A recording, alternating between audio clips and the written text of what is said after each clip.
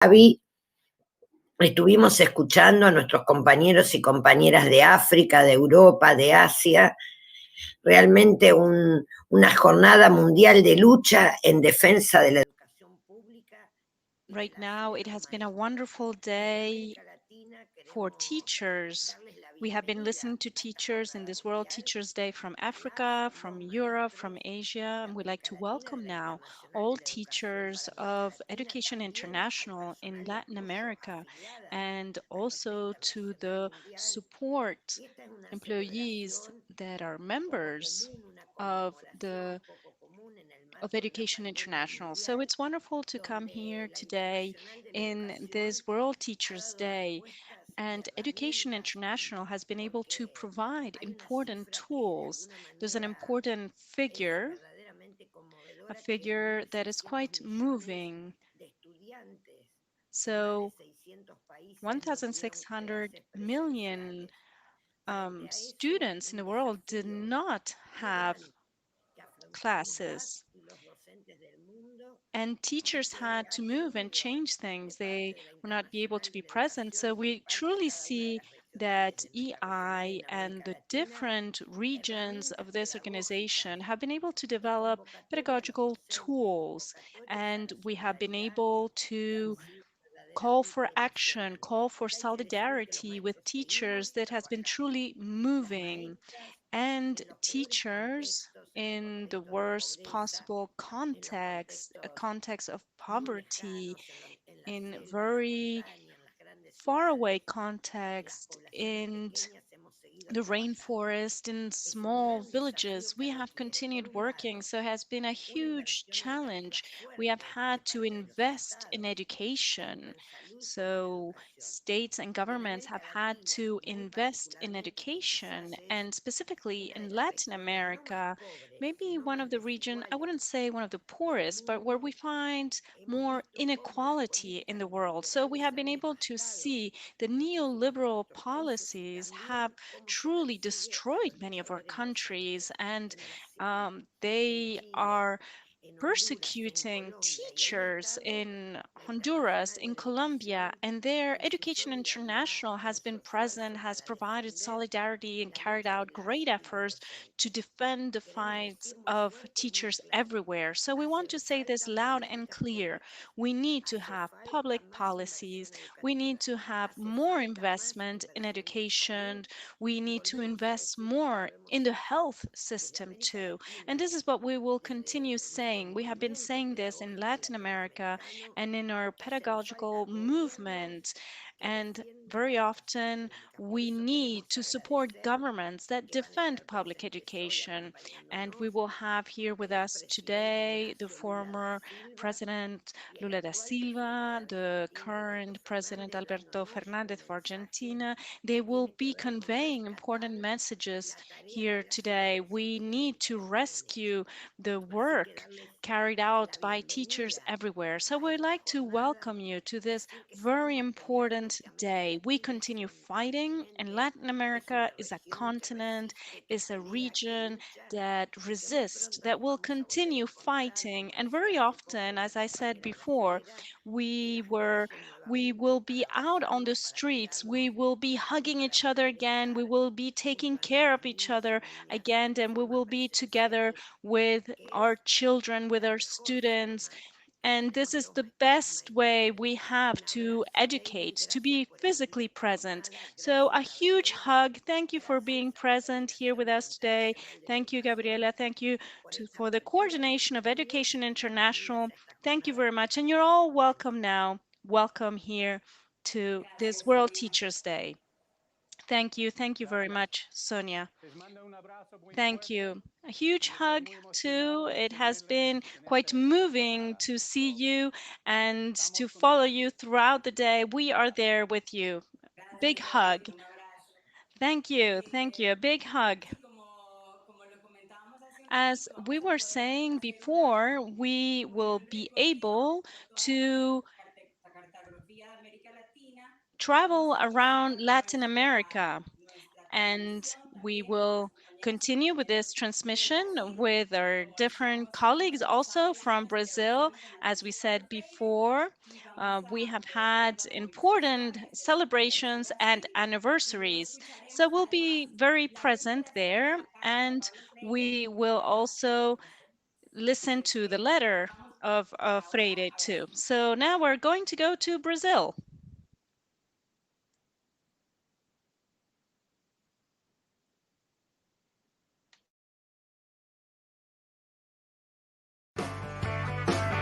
Vamos a marchar al Congreso.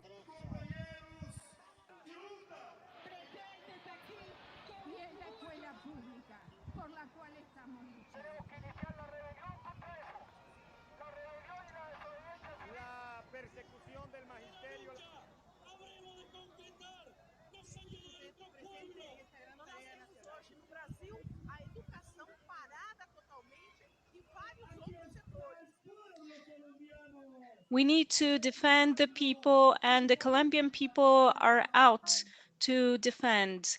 Neoliberalism wants to use the COVID-19 pandemic to put an end to this call for everyone. We need to build the widest unity arc in the area, in the public sector, and we will try, they're trying to isolate us who fight. They will try to eliminate in different ways those who represent the struggle spaces. It is clear we need to build huge unity spaces. There's only one thing we need to be afraid of, not the neoliberals and their aggressions, not their threats or their power. We don't need to fear them. We have to look them right in the eye, no fear, because we're going to defeat them. The only thing we should be afraid of is isolation, is division, is disintegration. The popular movement needs to get stronger once again to build unity stages. That is the pedagogical movement objective. And as part of the pedagogical movement, we have to be part of the popular movement, a central part of the movement to reconstitute the unionism.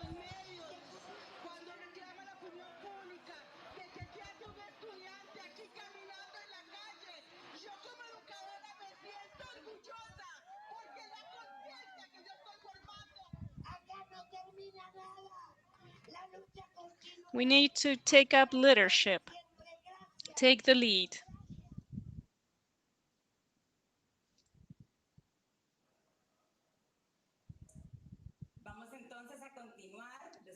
Well, now we're going to continue without or after remembering all these different moments where we have taken the lead, the different organizations in Latin America. Now we're going to listen from our friends from the Carlos Freire, the Freire Cathedral, and they're going to say hello to us from the Freire statue in Pernambuco.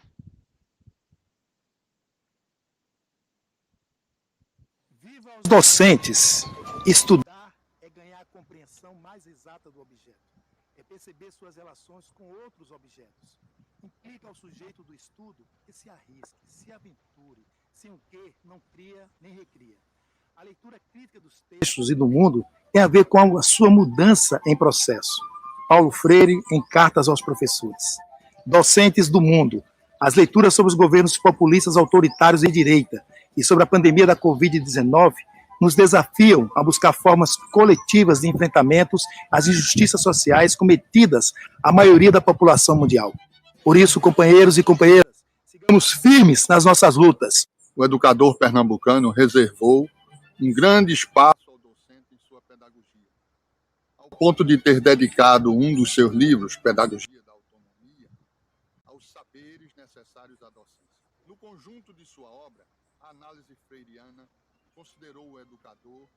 em relação com o educando e com os conhecimentos, condicionado, mas não determinado pelos contextos social, político e cultural, e imerso Hello. em seu Hi. espaço histórico e geográfico. Essa teia de relações nos leva a perceber e a compreender que o ser educador não resulta de um dom, um atributo natural, nem é fruto de vocação, mas é socialmente construído. Na perspectiva freiriana, a prática do educador não consiste em recorrer meramente a uma tecnicalidade, ainda que não haja educador que prescinda da técnica em sua atuação. The technical, Ser educador é to be an educator means to mobilize, is to continuous rally.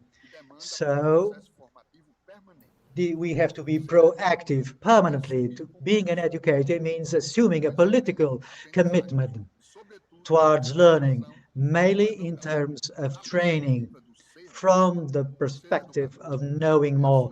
Being an educator means assuming the exercise of democratic practice on a daily life, practicing respect upon differences, respecting all natures, different races, all genders, all age groups, as well as the preservation of Mother Nature. Being an educator means means to care amongst peers without losing strictness. We have to be strict. We have to abide by all the education principles, humanizing at a greater extent. Paulo Freire, nationally acknowledged as a patron of the Brazilian education, he has started his work in the city of Recife, Brazil. At this university, of the Federal University of Pernambuco, a whole set of activities were lived by him, and he suggested the stimulus of Paulo Freire. Paulo Freire reflects humanization, reflects commitment, political commitment on behalf of justice and human rights and social rights. Beginning with, he made education a tool in order to help all the poor in the world. He reflects all those who fight for democracy, for human and social rights, for an autonomous education on behalf of public school, popular school, and lay school. This capital of hope has left a legacy, a problematizing education, departing from reality, and discloses reality, fulfilling people towards reflection, acknowledging and educating everybody, subjects of history and knowledge, political education, ethical education, freeing education on behalf of people's liberation. So Paulo Freire means one of the loveliest principles that we have achieved. This is our task. We have to contribute to disclose and change reality. This task, teachers' task, is progressive and progressist.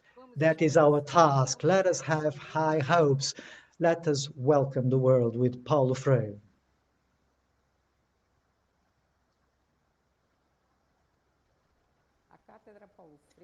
Paulo Freire Professorship from the Federal University of Pernambuco greets all the teachers on this commemorating day where we simultaneously fight and we invite you to have hope today in a context of crisis where we are losing social rights. So we need more than ever, we need to provide hope.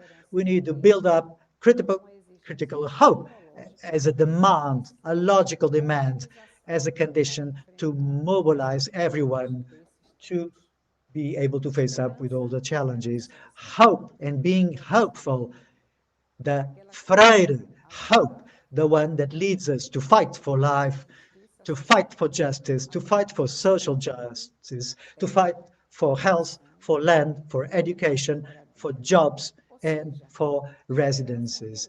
That is hope that leads us to face catastrophes to fulfill our social rights. Hope, hopeful hope, which means respect and dignity towards teachers' work and for the whole set of works, ladies and gentlemen, in education. Let us stand by our commitment with life towards the pedagogy of hope. Thank you very much. Thank you for this strong call that we hear from our friends of Paulo Freire. And now we're going to listen to our friends from the Dominican Republic, and they are going to talk about this fight and the efforts they are carrying out right now to try to retain the link with students and with their different families. And right now, we're going to listen to the context of the Dominican Republic, the efforts and the leadership they're doing there. Thank you.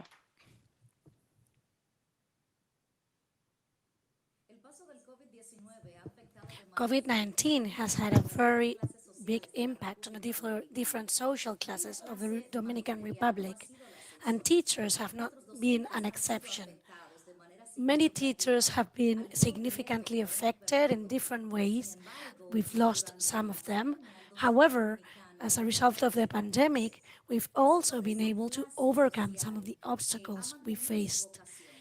And teachers have always shown a great deal of vocation, and the fact that their interests in education are go far beyond any crisis they might go through. Teachers have been able to keep that link towards the educational community and with their pupils, and they've been able to build on that strength to move forward with the aim of safeguarding the educational year of all our students. Some students have to undergo very difficult circumstances, and our teachers were always by their side to help them move forward. So that's why we now have students who have been able to overcome all their problems and obstacles and who are really happy because they felt supported by our teachers.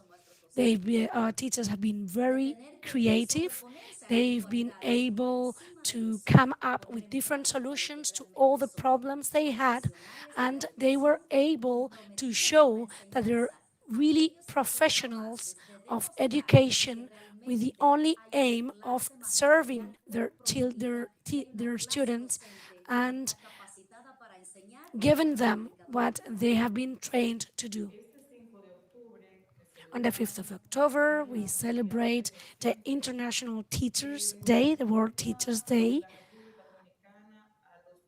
And here in the Dominican Republic, we are going through a very difficult situation which has added many problems to the ones we already had. Our country and the world has had to face the huge problems as a result of the pandemic, and this has resulted in many more challenges in our specific case. Our teachers in the Dominican Republic are constantly having to face many different problems. For example, the constant interest from some sectors which are trying to control education in the country. And right now, on top of that, they also have to add the problems resulting from the pandemic. So this factors in many different obstacles that they have to overcome on a daily basis. As a result of this, they have to find new ways to continue their classes online, and this is a very problem once we reconvene our classes on the 12th of November. Teachers throughout the country have to go back to their classes virtually online, and that's going to be a very difficult situation as a result of COVID-19. So this is a very difficult situation we have ahead, but it's also something totally unprecedented, which is why we have no lessons we can learn from when it comes to planning our classes in the future. Nevertheless, our teachers are still very committed with their students and schools. They want to go back to teaching and they want to help everyone overcome the existing problems that may arise. We are all aware that the situation is going to be a very difficult one, but we are very committed and we are willing to put all our efforts into the process so as to find joint solutions. Teachers in our country are learning and they are being given different trainings so that they can teach virtually. We are also introducing different tools in order to support their classes, and this is something that we're all doing with the aim of trying to overcome adversities and move forward, even in these times of crisis. I would like to congratulate all teachers in my country, but also throughout the world, in this Global Teachers Day. I'd also like to congratulate Education International and Education International in Latin America on their day. Thank you very much, and good day to you as well in the Dominican Republic.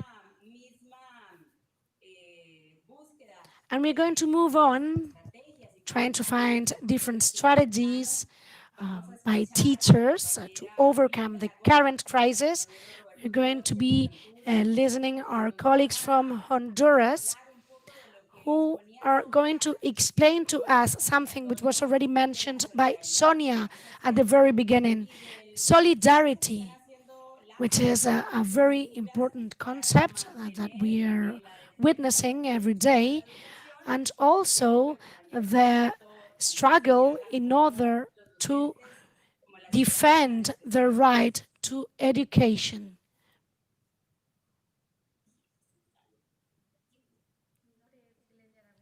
Good morning, my name is Glenda Aragon, and I come from Prosuma in Honduras. Today is the World Teachers Day, and that's why I would like to start by greeting all teachers in Honduras and throughout the world. Here in Honduras, we have a very important role to play because we train people so that they have knowledge in different areas, economic knowledge, social knowledge, and also we help them to develop some sort of capacity of criticism so that they can move forward and develop as human beings. I would like to congratulate you all and greet you on the World Teachers Day. It is the 5th of October and we are celebrating the World Teachers Day. Teachers are very important for every single country of the world. Being a teacher means being a booster for transformation, for transforming countries and children in order to turn them into citizens who love their nations. When we teach children, we show them that they have to love their countries. We are also contributing to creating big changes in the world. We bring together nations and we create bigger and stronger countries. So that's why I would like to congratulate all teachers today. Let's build a nation together, but also let's defend the rights of all teachers throughout the world. especially today. Congratulations to the teachers of my country, congratulations to the teacher of Central America, and to those of Honduras. Thank you. Thank you very much to all of you in Honduras. Listening to your comments, when you talk about strength, about the importance of teachers, this brings me to Argentina, where we also have another colleague who is going to explain to us about the importance of being organized and also about the importance of Education International. We're also going to listen to Marine Cancelli, who's going to give us some testimonials from teachers in Argentina, and they're going to explain to us how they work with their early years students in their schools. Hello, my name is Cancelli. I'm from Argentina, from Monterrios, and I teach early education.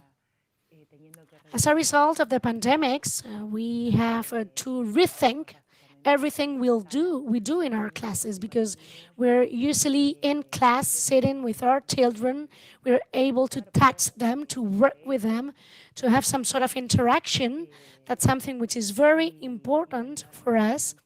And right now, we are struggling because of the circumstances and social distancing, which has to be respected. So this has resulted in a total change in the way we teach our classes and in the way we interact with our children. We mustn't forget that one of the main links we have to our children is their parents, and many parents are going through a very difficult situation because of the pandemics. Very often they've lost their jobs and the situation is really tough. So our role here is to support them, to accompany all these families through these difficult circumstances.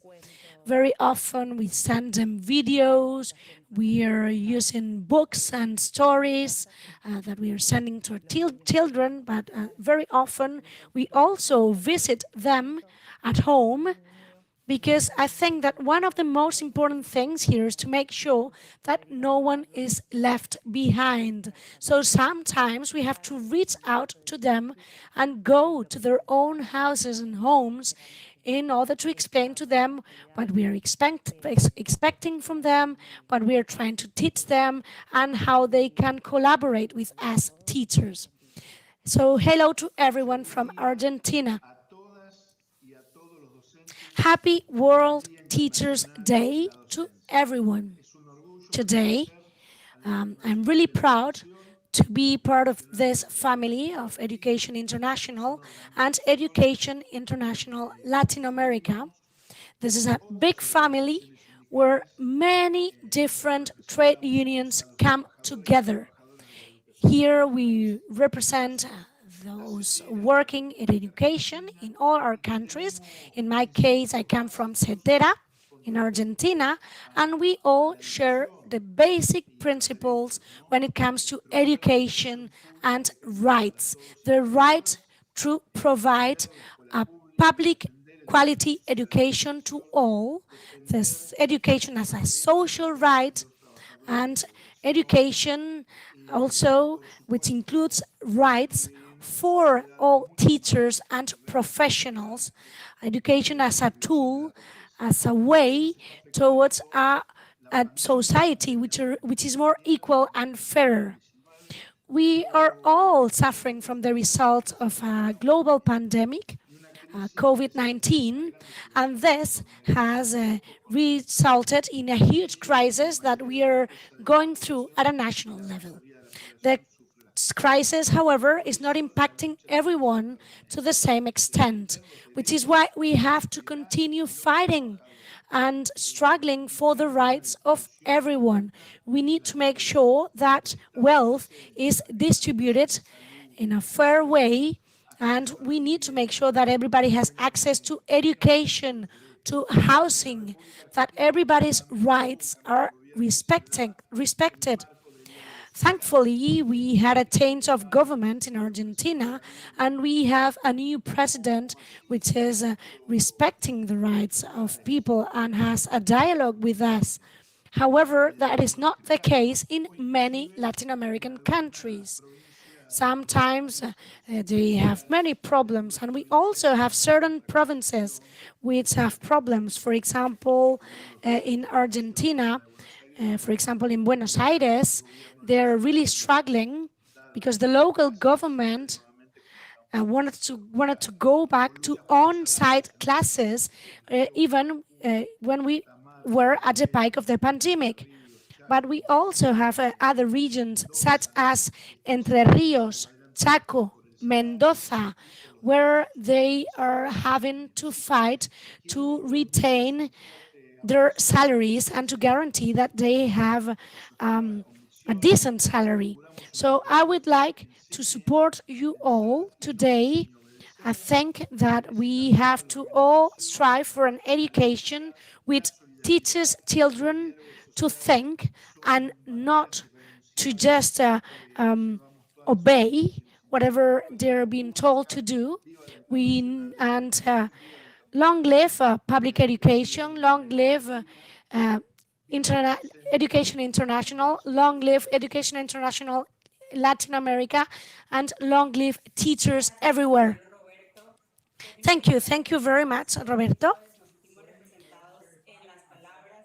There is no doubt that we all feel clearly reflected by the words of our colleague in Latin America. We're all very proud to be part of this organization, and I would also like to take this opportunity to thank all our colleagues who've been involved in the preparation of this meeting today. Thank you to Castro and Mr. Rodriguez, who've been really involved, and they've been working very hardly to make sure we are here today to celebrate the World Teachers' Day.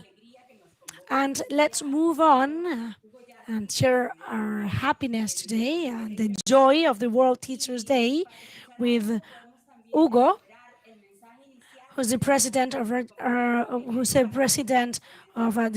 local union. And let's also remember what Paulo Freire showed to us, the fact that we always need to take into account the context we live in order to be able to introduce changes. They are going to talk to us about the circumstances that Latin America was in before the pandemic and how they're also trying to overcome the problems they have at the moment. On the 5th of October, the World Teachers' Day, I would like to address all of you and congratulate and greet all teachers in all the different countries of the world, which are part of this big family of Education International. As you're probably aware, our country is going through a very difficult situation as a result of the pandemics.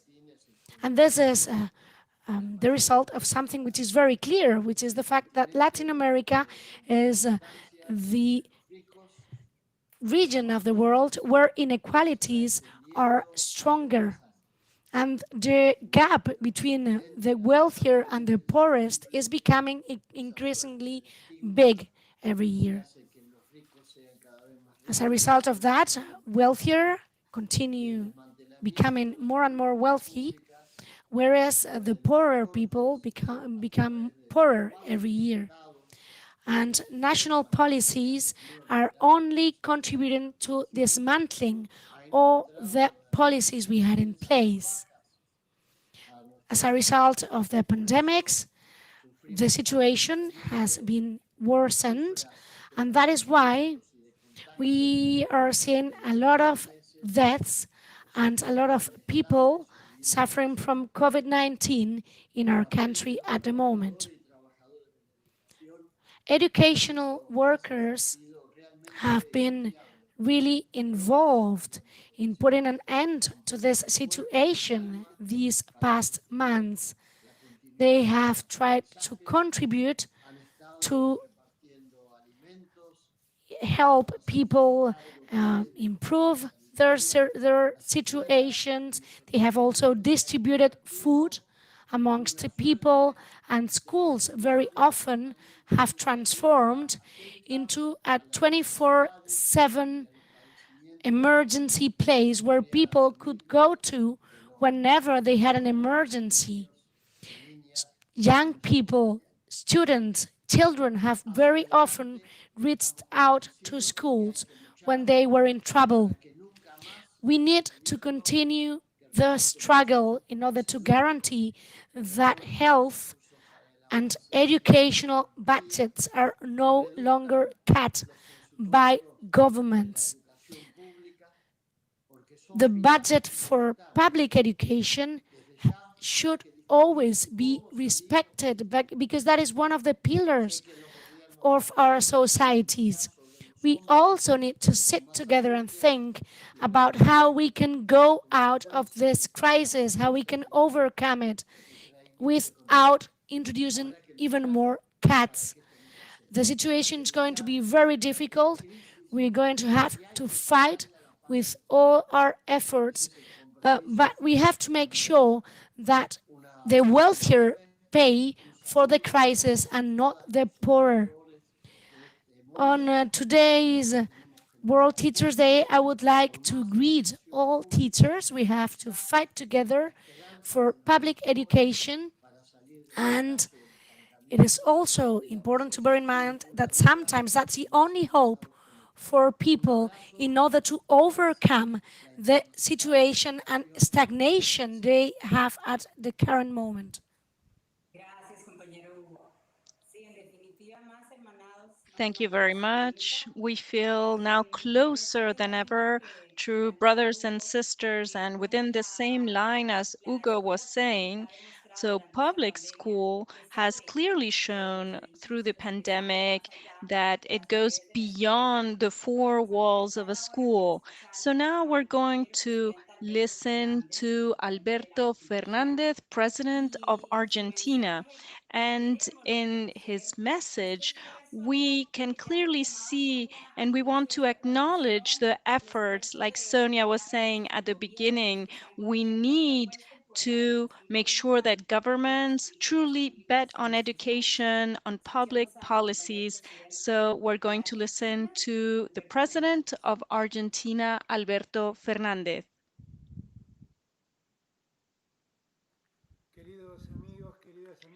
Dear friends, for me, it's a true pleasure to be here with you today that we celebrate the World Teachers' Day.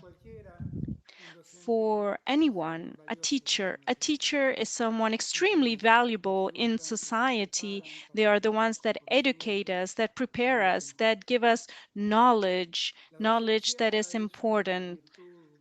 Teaching is a true virtue. To really have this vocation to transfer knowledge, to have the will to build and build the person that those children will become, today's children. It's beautiful vocation, and we need to truly value its existence. Teachers are essential in any society. And for the same reason, for what I've just said, they're the ones that prepare our children, that prepare the youth.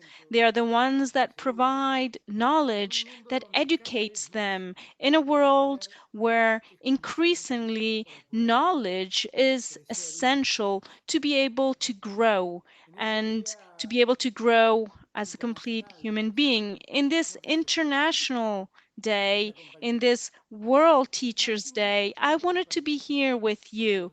And even more now in these times, in countries such as my own, have played a central role. Teachers have played a central role. They've had to innovate, they had to prepare to give their classes virtually, online, and the students that they had close to them now in the distance could continue learning, preparing themselves. For many of them, it has been an important experience, a difficult experience. For others, what they have provided has been even more significant. They've had to, in this context that is so difficult by the pandemic, they had to accompany children, they had to provide more support to families that required aid and help in this complex situation. In Argentina, we were celebrating Teachers' Day on September 11th, and we have important persons in Argentina that were essential as teachers. And societies understand they need to be educated. Paulo Freire has been mentioned too. So we really need to have this knowledge. We need societies based on knowledge. At the same time, intelligence, the quality of making sure that all children, whether educated in public schools, for them to have equal opportunities. And this is why in Argentina, they're all wearing a white overgarment when they go to school, children, because they're all equal. They all have the right to learn. We all have the right to learn. Public education is essential. It has been for us a virtuous circle. It has allowed us in a very clear way to be able to achieve the possibility to have true social beings.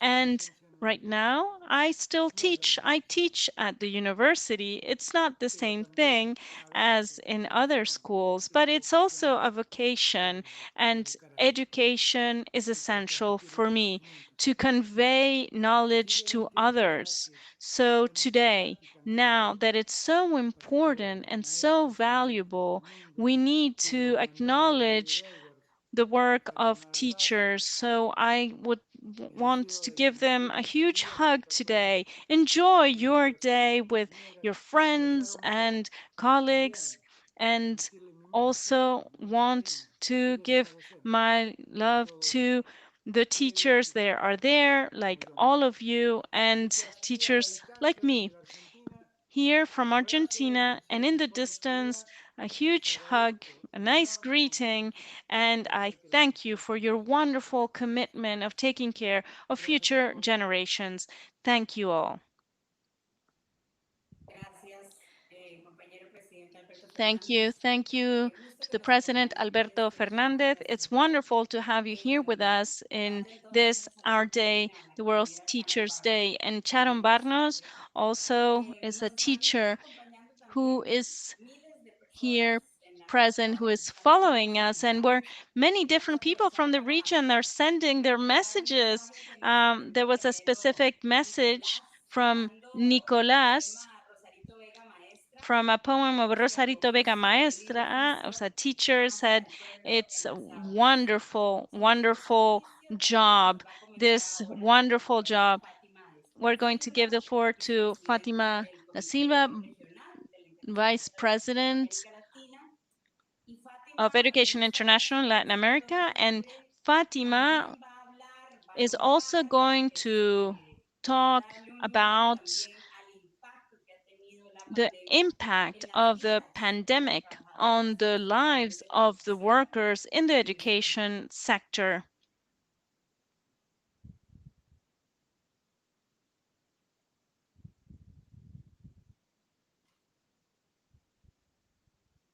Somos la Internacional de la Educación de América Latina. We're Education International Latin America. We're in Brazil, in Mato Grosso province, in the south, in the Pantanal state. And now there have been some terrible situation. And here, this is where I started being a militant in the educational sector. With our friends here in this province, we are representing all trade unionists of the trade unions of Latin America. They're fighting every day to defend public education, to defend against neoliberal policies. They're being implemented by the different governments in our countries. So we are here representing the fight of all trade unions in Latin America against dictatorships, against policies. They're going against the people in Latin America. With these trade unions, we see that every day we are defending public education. Men and women, valuable, they are fighting for their countries and for their independence and autonomy. We're talking about October 5th, 2020, and right now there's a pandemic all over the world that started in Asia, that went to Europe, and now is in Latin America. How sad it is. How sad it is because we know that we are losing many lives in our continent and they could be saved if we had serious health policies, if we had a true structure that was there to protect citizens, if we didn't have governments that are negating the evidence, that do not believe in science, and they're just promoting neoliberal policies, dismantling health systems. We're in Latin America, a continent with thousands of deaths due to the pandemic, and many of them are workers from our sector. We are sad. We want to show our solidarity as family of Education International. We're losing valuable teachers, very valuable teachers in many of our schools, in many of our universities. We see that students, their children, youth, their teenagers won't see their teachers again, will never see their teachers again.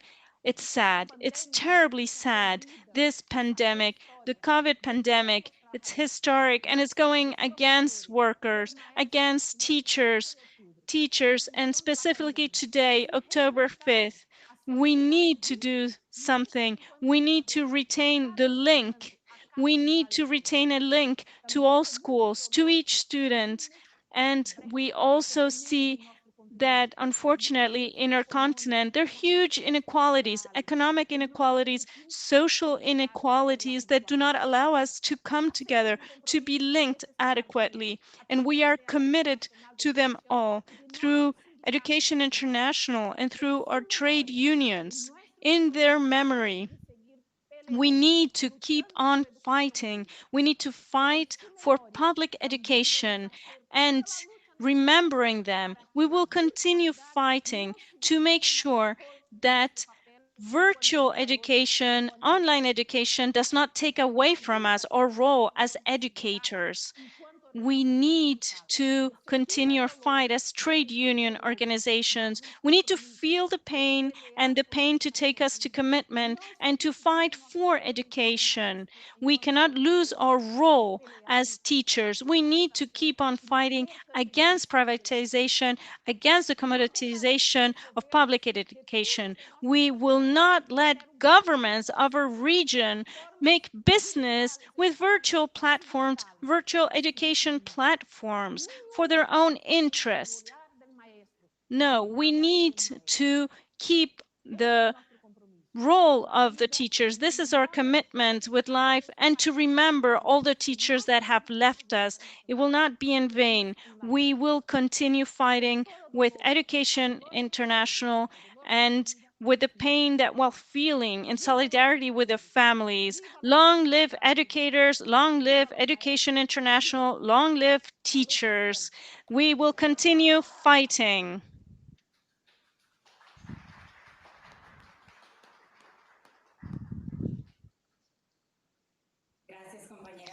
Thank you. Thank you very much, Fatima. Thank you, all our different colleagues from Brazil. Greeting and a big hug. We know that these weeks you are fighting other problems. You have the fires right now that are there in your region. They are terrible. So you have our support. Thank you for remembering teachers, for for all these teachers that we will miss that are now gone, and with our work right now, we will continue to acknowledge them and remember them. We will continue in Brazil, and we have a message from Brazil, and after Brazil, we will listen to our colleagues from El Salvador and the work they're carrying out. And we hope later on to listen to our colleagues from other countries, teachers, trade unionists of Honduras, Colombia, Peru, Paraguay. So continue listening to us and following this live retransmission for World Teachers Day. We're going to Brazil. We have an important trade unionist there who was president, but he was, above all, always a trade unionist. We will listen to our comrade Lula da Silva, and in this message that he is sending to us, and there he also acknowledges the work of trade unionists in Brazil that supported him also when he was in prison in Curitiba. So we will listen to his message, and we send a huge hug to Lula da Silva. E meus amigos, quero saudar as professoras e os professores neste Dia Mundial de fundamental importância na formação de uma sociedade democrática que queremos construir em todos os países do mundo. Lembro que este dia está inserido nas comemorações do centenário de nascimento do professor Paulo Freire, cujos pensamentos contribuem com os movimentos pedagógicos no mundo. Sei. No sound. I have no sound in source. I have no sound in source. Sorry to those listening in English and the relay, there's no source sound. Gratuita, laica, democrática e emancipadora. Quero também aproveitar a oportunidade. I also want to harness the opportunity to thank for the solidarity and support I had obtained from all workers, ladies and gentlemen, all your unions and federations who are part of the EI, your persistence in keeping up with me when I was wrongly arrested was extraordinary and provided me with strength and energy to get out of prison after my being acquitted. Being with all of you fighting for the right for education for all, stimulated by the thought of our dear Paul Freire, who used to put the following: education cannot transform the world, education can transform people, and people can transform world. My friends, ladies and gentlemen, let's keep on fighting in order to transform Brazil and the world. I'm sure we shall overcome. My strongest hug till victory. Lula. It's wonderful to listen to dear Lula. We are seeing different messages, sending greetings to Lula da Silva, and it's wonderful for him to be free again. And you might have seen what he was wearing, which was a gift from Pedro Morales, Bolivia. We are now going to listen to also to our friends from higher education in Brazil, Nilton Brandão, who's going to talk about the situation that was affecting higher education even before the pandemic, which has just worsened with the pandemic. And we also see that we have situations of attacks against public education. So we're now going to give them the floor. So Heleno Araujo will take the floor. Novamente. Hello to all of you, ladies and gentlemen. Teachers of the world, this is your day, commemorating Teachers World Day. Teachers are present at university, also in university students. Brazilian federal education is faced before a huge challenge at our universities, at our institutes. We have to work together with the teachers in order to face all these. Our priority, number one, was the defense of life. This pandemic has killed with no distinction. But firstly, the poorest, our population in Brazil, in the hinterland, is a population that actually suffers much more in a drastic way all the consequences of the virus, and we cannot let happen. So this is a huge challenge to defend life. This led us to defend, and so the universities accepted these challenges, took the granted. Social distancing used seemed to be the only choice, never forgetting our fight towards education. Students need to be assisted. Education together with health are the two main pillars that have provided greater response to coronavirus in the country. There are hundreds of research from our federal universities aimed at the fight against coronavirus.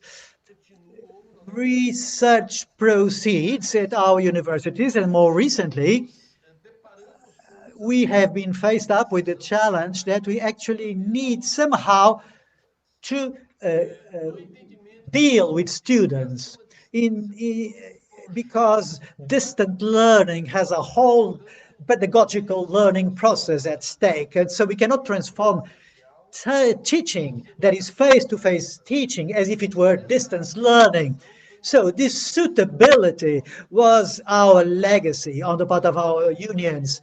In most cases, we now have a different way to deal with students, providing them aid in terms of distance learning with different methodology, somehow including all those students in the educational process. Of course, the, this will take some time. We still don't have any vaccine, so it will take some time before we have a more definite solution. Nevertheless, we need new suitability, but teachers, all men and women, they have been very responsible in this aid, in this monitoring, and their main principle is the defense of life. I should highlight the following perspective. Even with the pandemic, despite not existing a public policy duly centralized to fight COVID, our current laws uh, under the pretext of the pandemic, have attacked the teachers of the country. All the reforms that were recently being presented in practice, they damage public teaching. They actually damage public teaching. There's a clear definition to end stability in terms of outsourcing, together with other reforms that have been presented at the pretext of the pandemic, in order to remove rights and to make jobs even more precarious. And education, with all these reforms, are under direct attack. So public service becomes more and more precarious. So we have denounced all this privatization perspective in Brazil. We have worked a lot by means of this virtual means. We have worked a lot in order to be articulated with the National Congress and with the opposition. But the government has managed to cut this communication as much as they could. And so we have to continue fighting. And there are a few victories, a few recent victories that clearly show it is possible to obtain victory.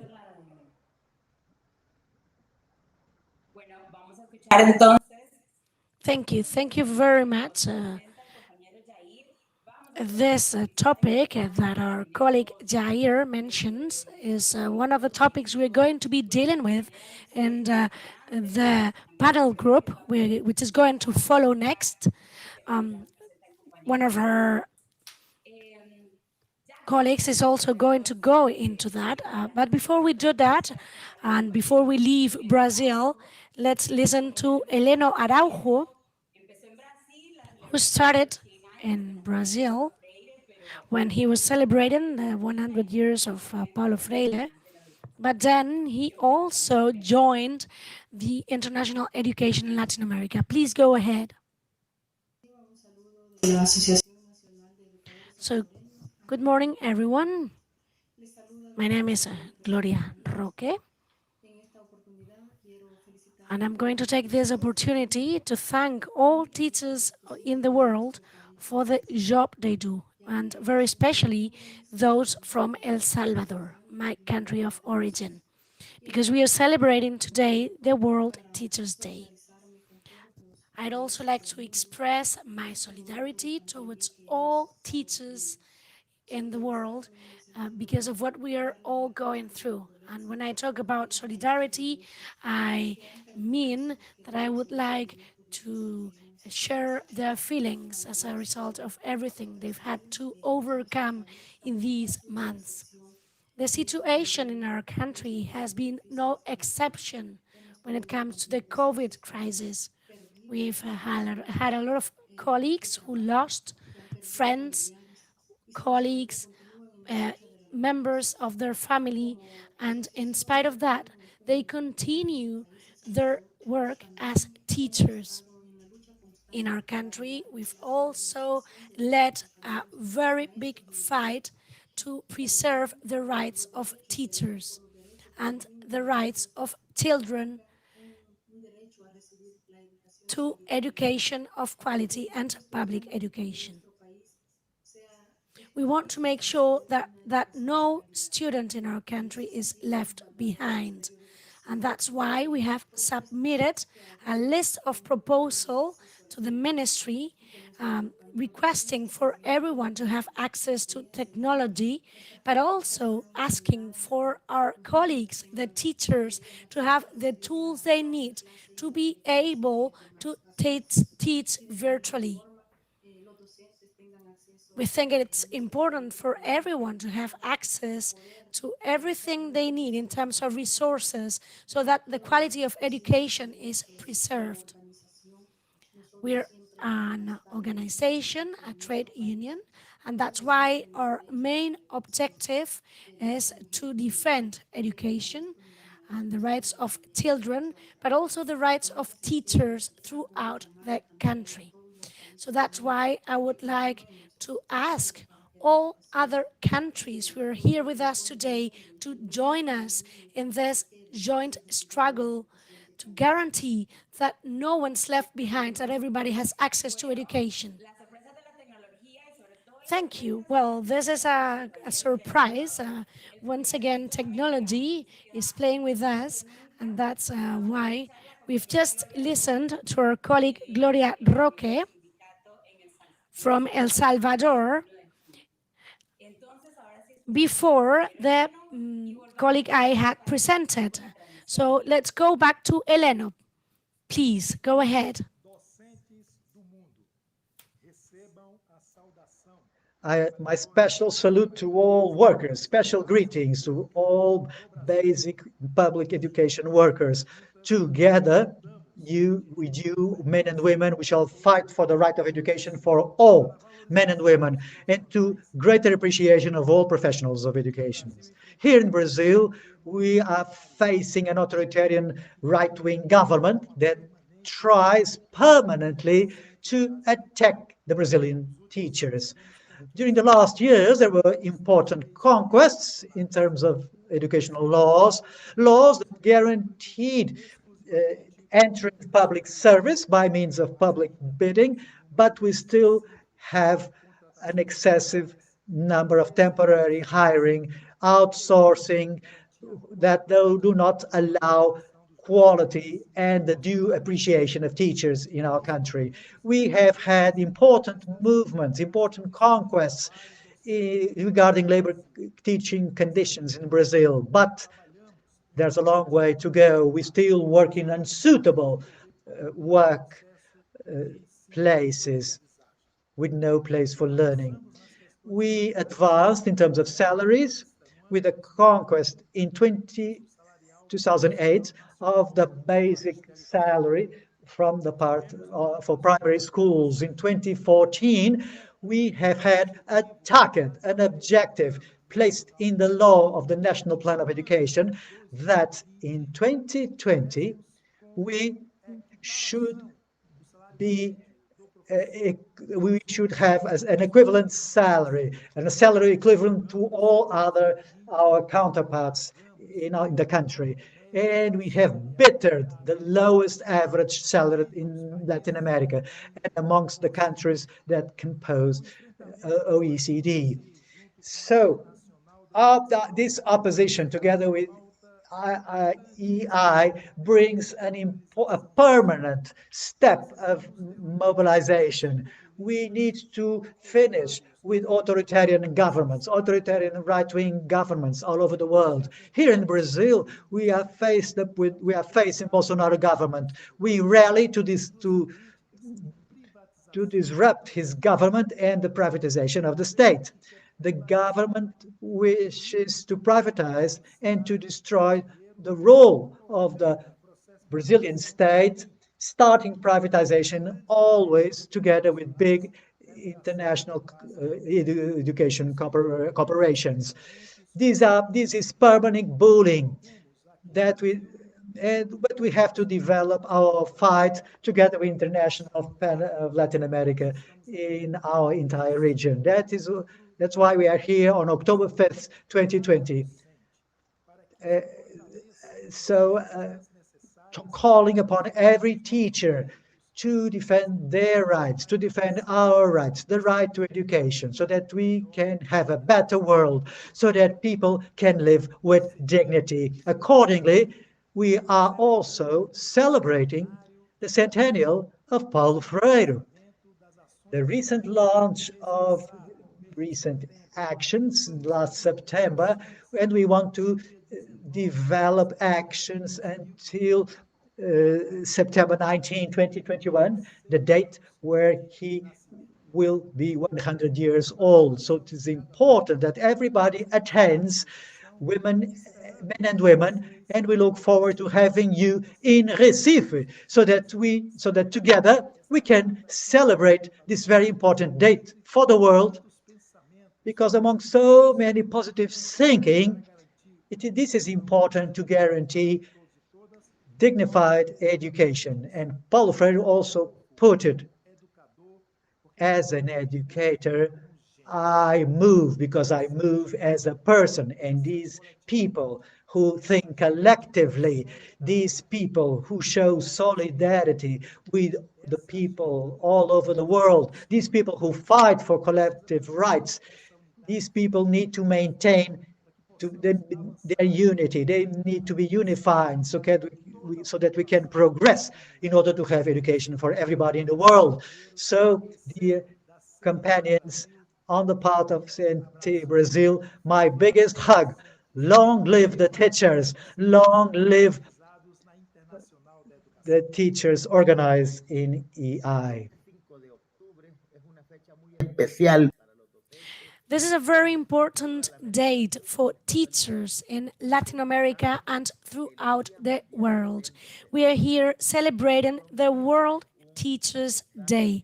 So that's why I would like to greet all of you, but also I would like to share with you our solidarity in these very difficult times of COVID-19, and our thoughts go to your families and to all your loved ones.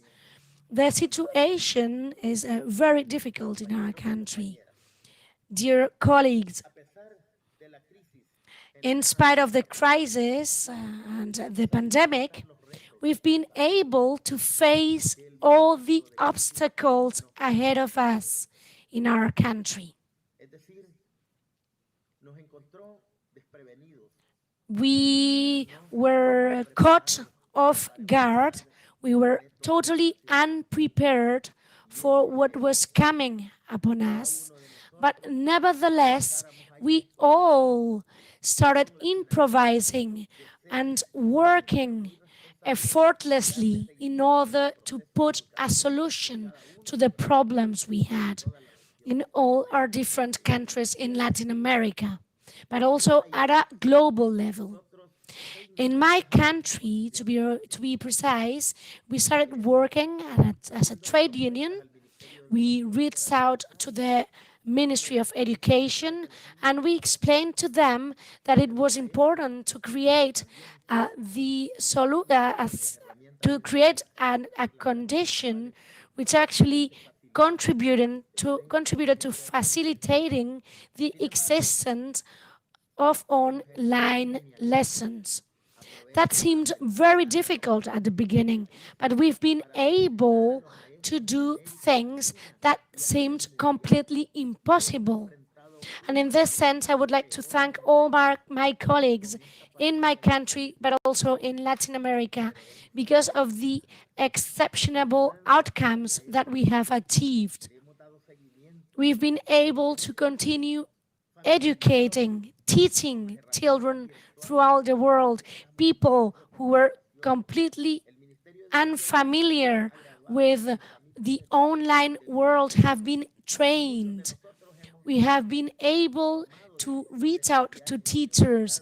Many of us have gone to university and we've studied a degree so that we were able to work virtually online, because we all know that right now it all comes down to a computer, it all comes down to internet, but they're not going to teach by themselves.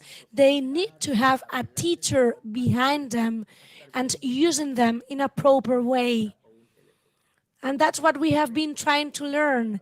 We've been trying to learn how to use computers, how to use all the social media, how to use all the tools we had at hand. We've also learned that it's very important to come out with proposals which always have in mind the benefits of our children and students. And that's something that we've been doing even during the pandemic.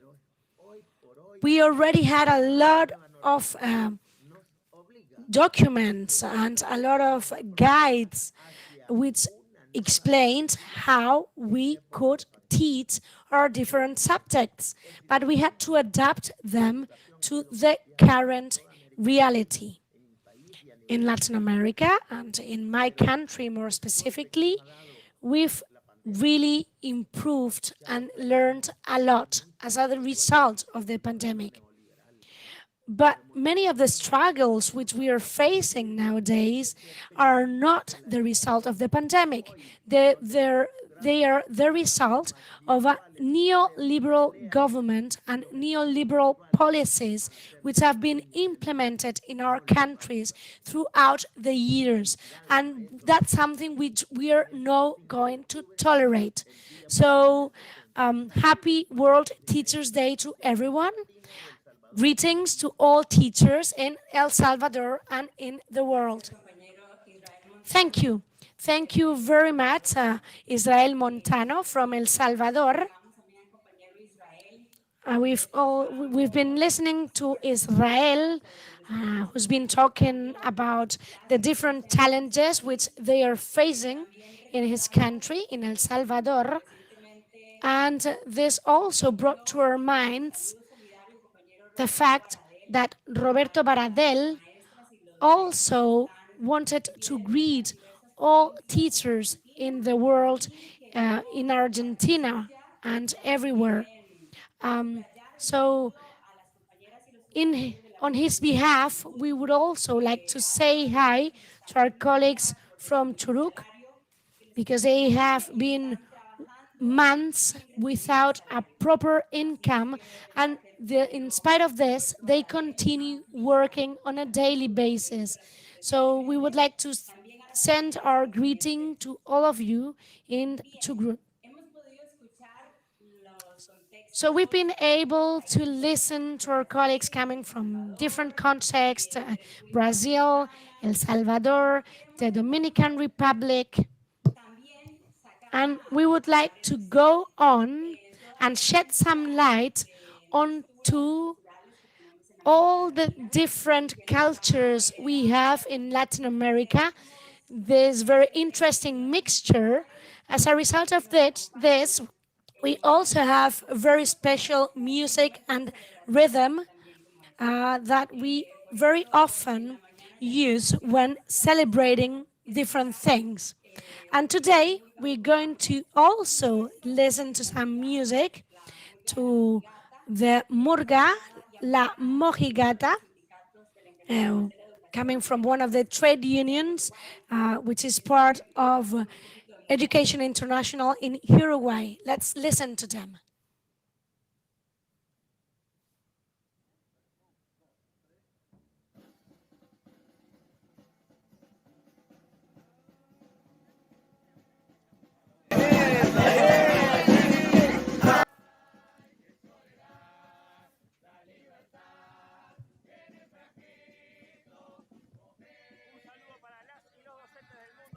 Greetings to all teachers of the world on this World Teachers Day. Education and culture always come together, and that's something that we would like to share with you today.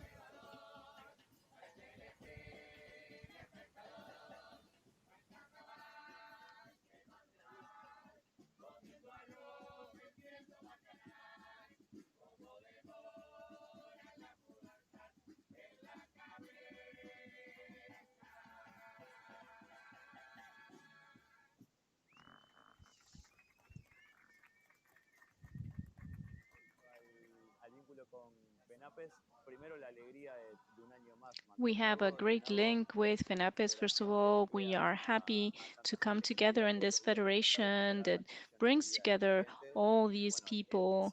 And for us, culture has always been important, and the different values. There's the murga and this music and carnival, and this is linked with messages to the political spheres and allows us to debate.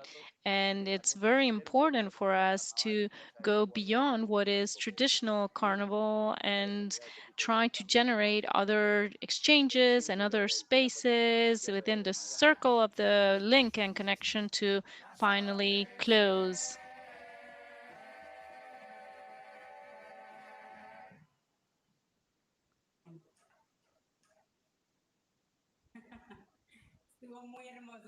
That was great. Thank you. Thank you very much to the Murga La Mojigata with the support of our friends. And now we continue with our program, this Latin America transmission live of this World Teachers Day. We wanted to use this occasion and the chance that we have to talk and debate with different leaders, trade union leaders of our region. So we're going to have a live regional panel. We have Juanet Flores, Luciene Fernandez from Brazil of higher education, Eugenia Londoño, also Gabriela Bonilla. We also have Maria Rosa Ceru from Peru. Now they're joining us. And Juan Gabriel Espinola from Paraguay. So we're going to take this occasion to have a live conversation and debate with all of them because we know, as it has already been said this morning, that we have a very different context this year, and our trade unions and our teachers have been on the front line defending public education. We are going to ask them to talk about the way they see things and the way they assess and evaluate what is happening in their different countries. So we're going to take this opportunity to talk to them about what this context has implied for employment and for workers in the educational sector. We think that it's also a very good day to highlight the value of being organized, to belong to Education International. So it's wonderful to see you here. And first of all, well, congratulations on World Teachers Day. Well, if you agree, we're going to be very practical about this. So we're going to follow the map, Central America, then Colombia, Peru, Paraguay, and then Brazil, if you agree. So, Maria Eugenia, how are you?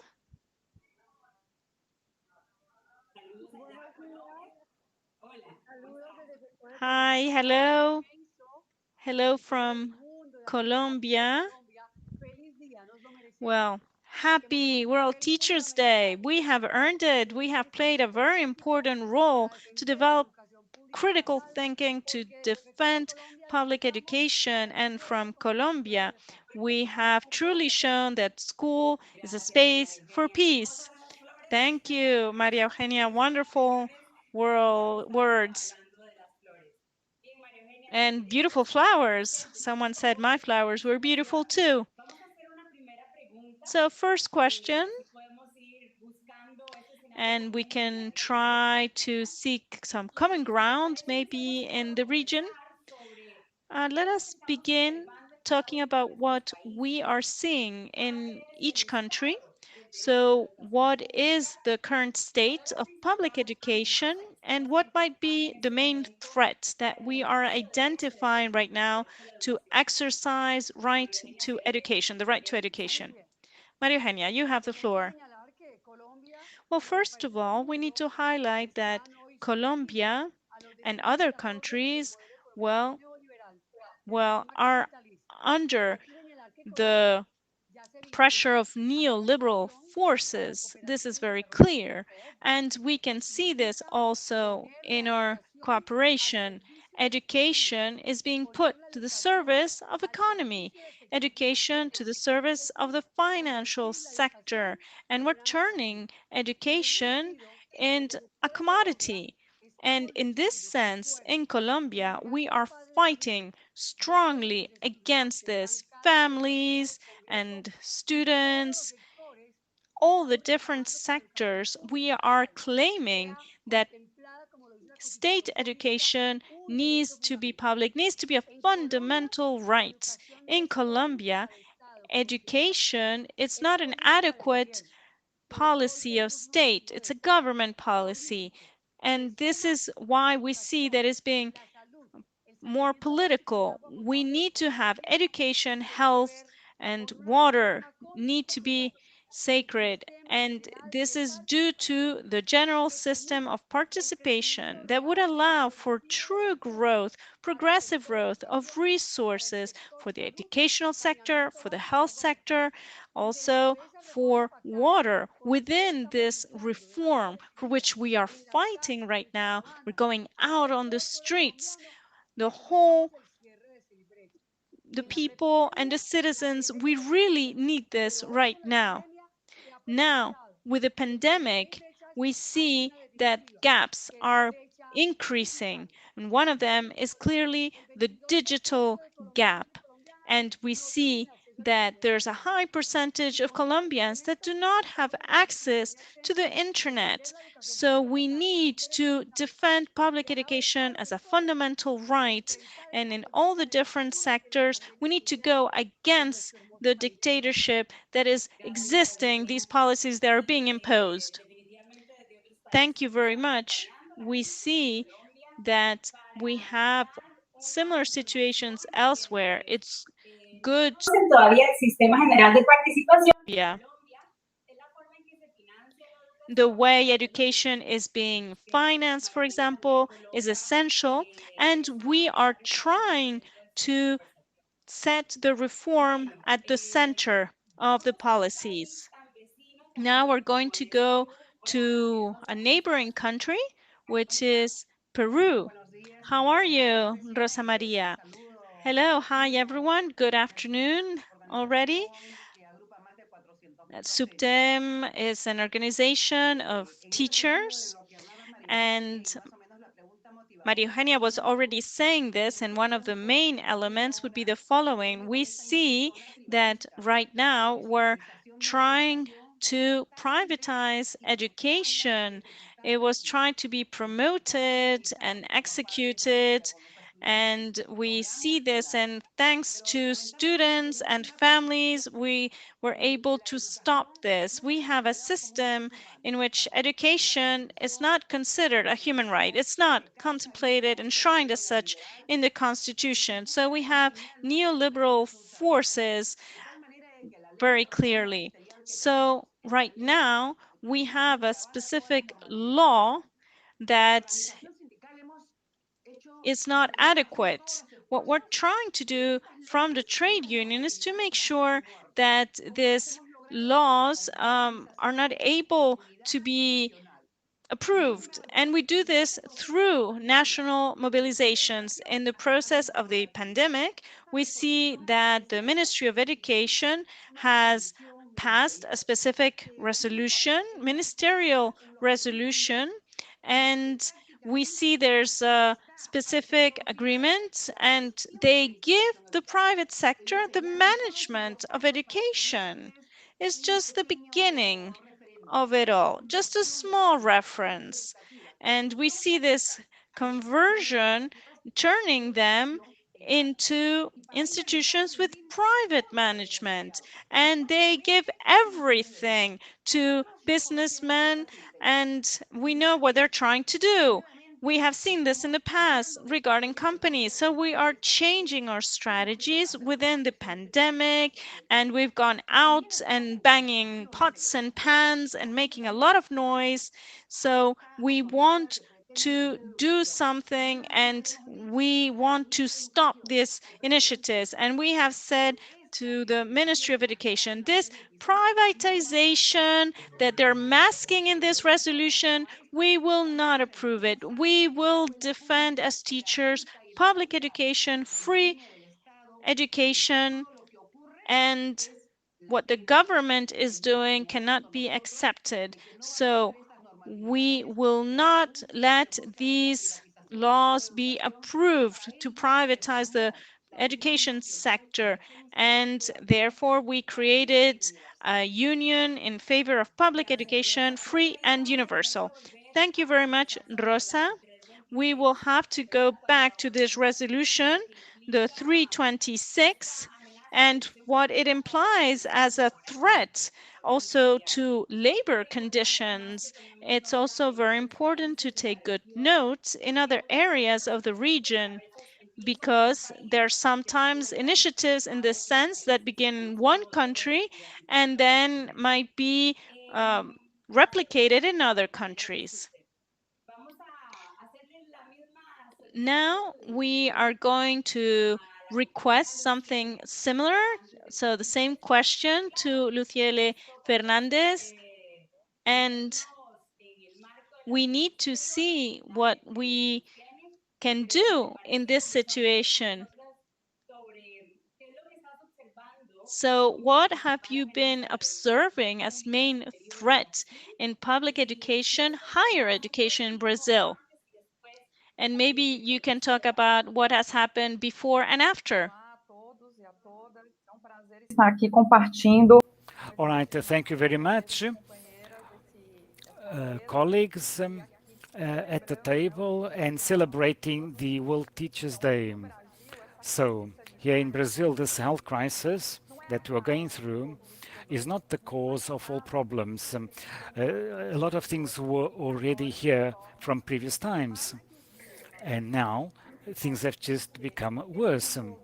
We have a government that is through democracy is working to implement general reforms, attacks the university, and also denies science. Through this pandemic, we had the labor reform, and now we have underway the administrative reform, and will have a great impact in the education sector. In this context of the pandemic, there is a discussion on the implementation of online and distance teaching. We know that this was an initiative of private companies who bet on education to obtain profits. Just to have an idea, in Brazil, there was an increase of 152% on online distance from 2010 to 2018. In the private sector, many teachers were not given the skills for online teaching and did not plan their subjects for this kind of methodology. Besides that, this modality, on the one hand, allows greater control and surveillance on what is being sent. All materials are recorded on the internet, and the surveillance can serve to intimidate teachers, influence the contents being transmitted, and on the other hand, makes the teachers' work more exposed to elements foreign to the environment, as we've seen in many cases, as in online teaching. And in many cases, the teachers don't have an appropriate place to work, and they accumulate the tasks, especially women. We know that the academia, the male counterparts, are 4 times more likely to have partners who take care of the housework full-time, and women researchers are the ones most likely to be single mothers and having to divide the home chores and taking care of children and the aging parents. So the domestic chores is something that is an effort, and for many it is a choice. In other words, this is an intensification of this process of precarization of work and Even makes the so, distance they even deepen greater. inequalities for all. So So this Thank you. this is It's very important what we are hearing right now. We see this issue, the burden on women of household chores, for example. And in Education International, in some of our networks, we have been debated on this, the importance we need to also put on the table the gender perspective to defend specific limitations and limits when working online or distance regarding the separation of work and life. We need to try and see how this reform of virtual education is also putting or having an impact on the freedom of academia. And we see that through digital platforms, we can have more surveillance. We will reach that point, which is extremely interesting. We have our colleague from Honduras, Oveniel, and we are going to now give him the floor. So maybe you can tell us what you have been analyzing in this situation. So can you tell us what is happening in Honduras? Thank you very much, Gabriela. I take this opportunity to greet all teachers in this celebration of October 5th, World Teachers' Day. The main threat to the right of public education are still neoliberal policies that are being implemented by the different governments, specifically the Honduras government. We see an increase of commoditization and privatization, and specifically in the case of Honduras, this is being carried out by different procedures and mechanisms. And the government is washing its hands from its responsibility. They need to be there, the government needs to be there to guarantee an education, quality education. In this sense, we see that our government is using a series of media campaigns against teachers, against the education system in order to strengthen private education. We see that the coverage is of barely 36%, and in Honduras, very often parents and teachers are there to provide support for the maintenance of buildings, of the schools. And we see that NGOs are also providing support. We see that part of the responsibility of the government is in the hands of local governments, but there's lack of budgets. And in the last years, we see that the budget has been systematically reduced and has gone down to 4% right now of the GDP, a very important decrease in our country. We see that budgets, increased budgets are allocated, for example, to defense expenditure, and we see that they're not investing in education, and the budget for education will only have a very small increase, and therefore in our country we will still have lack of water and electricity in schools. We will not be able to have enough chairs, the children sitting on the floor, not enough teachers, and unfortunately very complicated situation, exploitment, and we see that many of them will be one of those migrants that will leave our countries. We are asking an increase of 80% of the budget allocated to education, and we need to index also the budget. Thank you very much. We were listening to our colleague, and we need to remember, as they were saying before, that Latin America was already very vulnerable and the rights being violated regarding budgets. For example, the cuts in budgets were there already before the pandemic.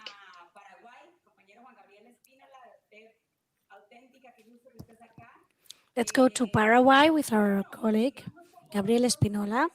Thank you for being with us today. And I was wondering if you could give us an explanation as to your opinion about why we are where we are right now in your country. Well, dear colleagues of this online panel, and dear teachers, today is a very important day, and that's why we're celebrating. And in Paraguay, we went out on the streets to properly celebrate the situation and to request what we are not having. We need more investment. We need ongoing training. We need to make sure that people are educated, which is not the current situation. We only invest around $440 per student, which is a very low amount of our GDP, which is allocated to education. And within this context, The pandemic has arrived in a very strong way. We have no technologies, no way to basically shift education online. And the government basically requested us to have a hybrid between on-site education and online education with no resources at all. But that is something which is not what we needed. The Ministry of Education has financial resources at hand, but they have not provided us with them. The progressist government of Lula and the other countries contributed to achieving a higher budget for education. It was the result of all the pressure they exerted, but the situation is still very far from ideal.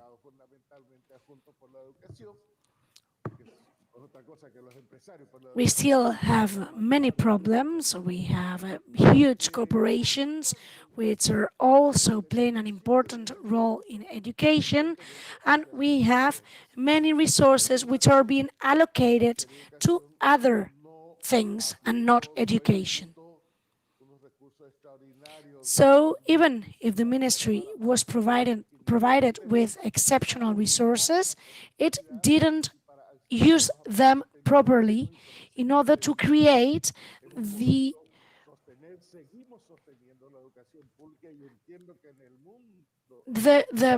in order to create the instruments we needed to be able to provide online education. So the situation is really worrying, and in spite of what my colleague from Honduras, Peru, El Salvador, and so on have explained, we also have many other problems, and the only reason why we are continuing with our work is the fact that we have a lot of really engaged teachers who are willing to do whatever it takes to continue teaching children and students. On top of that, we've also drafted a proposal that we are using on our daily actions in the trade union. Thank you very much. That's exactly what I was heading to. You talk about this proposal, and I believe, if I'm not mistaken, Juan Gabriel, that one of the things it talks about is the fact that teachers are the main actors who can actually decide how education should look like in the future. So whenever you want to adopt any decisions about online education, it has to be the very teachers who contribute to deciding those educational policies online. And every policy has to be inclusive and bear in mind the demands from the teachers. So not only online aspects or technological aspects have to be taken into account, but also the needs and requests of the teachers. And Gabriel, this is something that you have put forward, and it's very, very useful for us teachers. And this brings me to the next part of this panel. I'd like to thank you once again for being here with us, and to all of those following us, thank you as well. And now I would like to talk about something that we have already mentioned,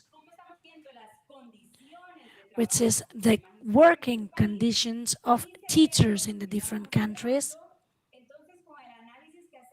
And also, given the conditions that we have already explained, given everything we're undergoing, what is the role of trade unions?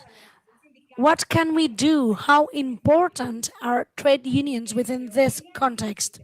Maria Eugenia, if you're okay with it, I would like you to start. Well, in Colombia right now, with all the lockdown and the pandemics, we have many problems. The Ministry of Education has requested for all teachers to go back to school, on-site education. And that, despite having many problems, despite the fact that many teachers are sick, that many of them are a population which is in risk, under risk of having COVID. So that is a very big problem. And they have basically passed a new legislation, a new law, which creates or originates a labor reform, which in turn basically requests for all teachers to go back to on-site work. This is something that we have not requested. This is something we do not want. But the government keeps insisting that we go back to our classes with no security whatsoever, with no guarantees for our lives and health. And that's what they are doing. So that's why in FECODE, in my organization, we had decided to disobey the government and we will not be going back to schools. We want to organize a strike, a national strike in October in order to defend our right to life, to peace, and for our fundamental rights to be respected. So this is where we are right now. They keep telling us that we only have 4 minutes left. So, Maria Rosa, very, very quickly, please take the floor. 1 minute.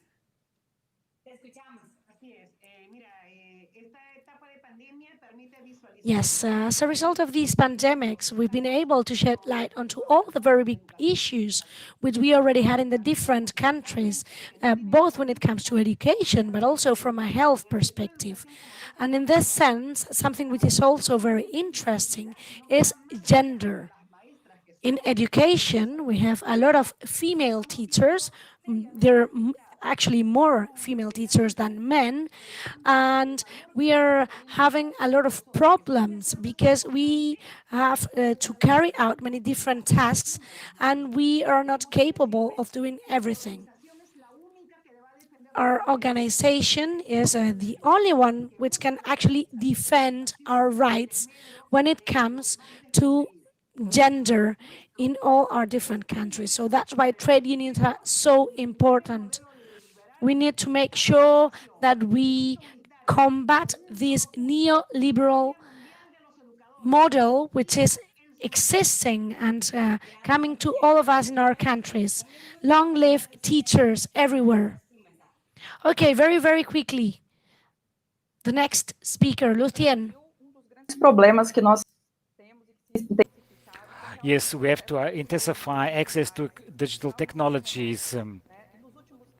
And lately we have seen more and more attacks to university autonomy. For example, the deans regarding the federal government, we have a decrease in access, and this can come close to 30% in a moment that we need more financing for online and in-person teaching. We also have a precarious nature of online teaching that has a general regulation against us.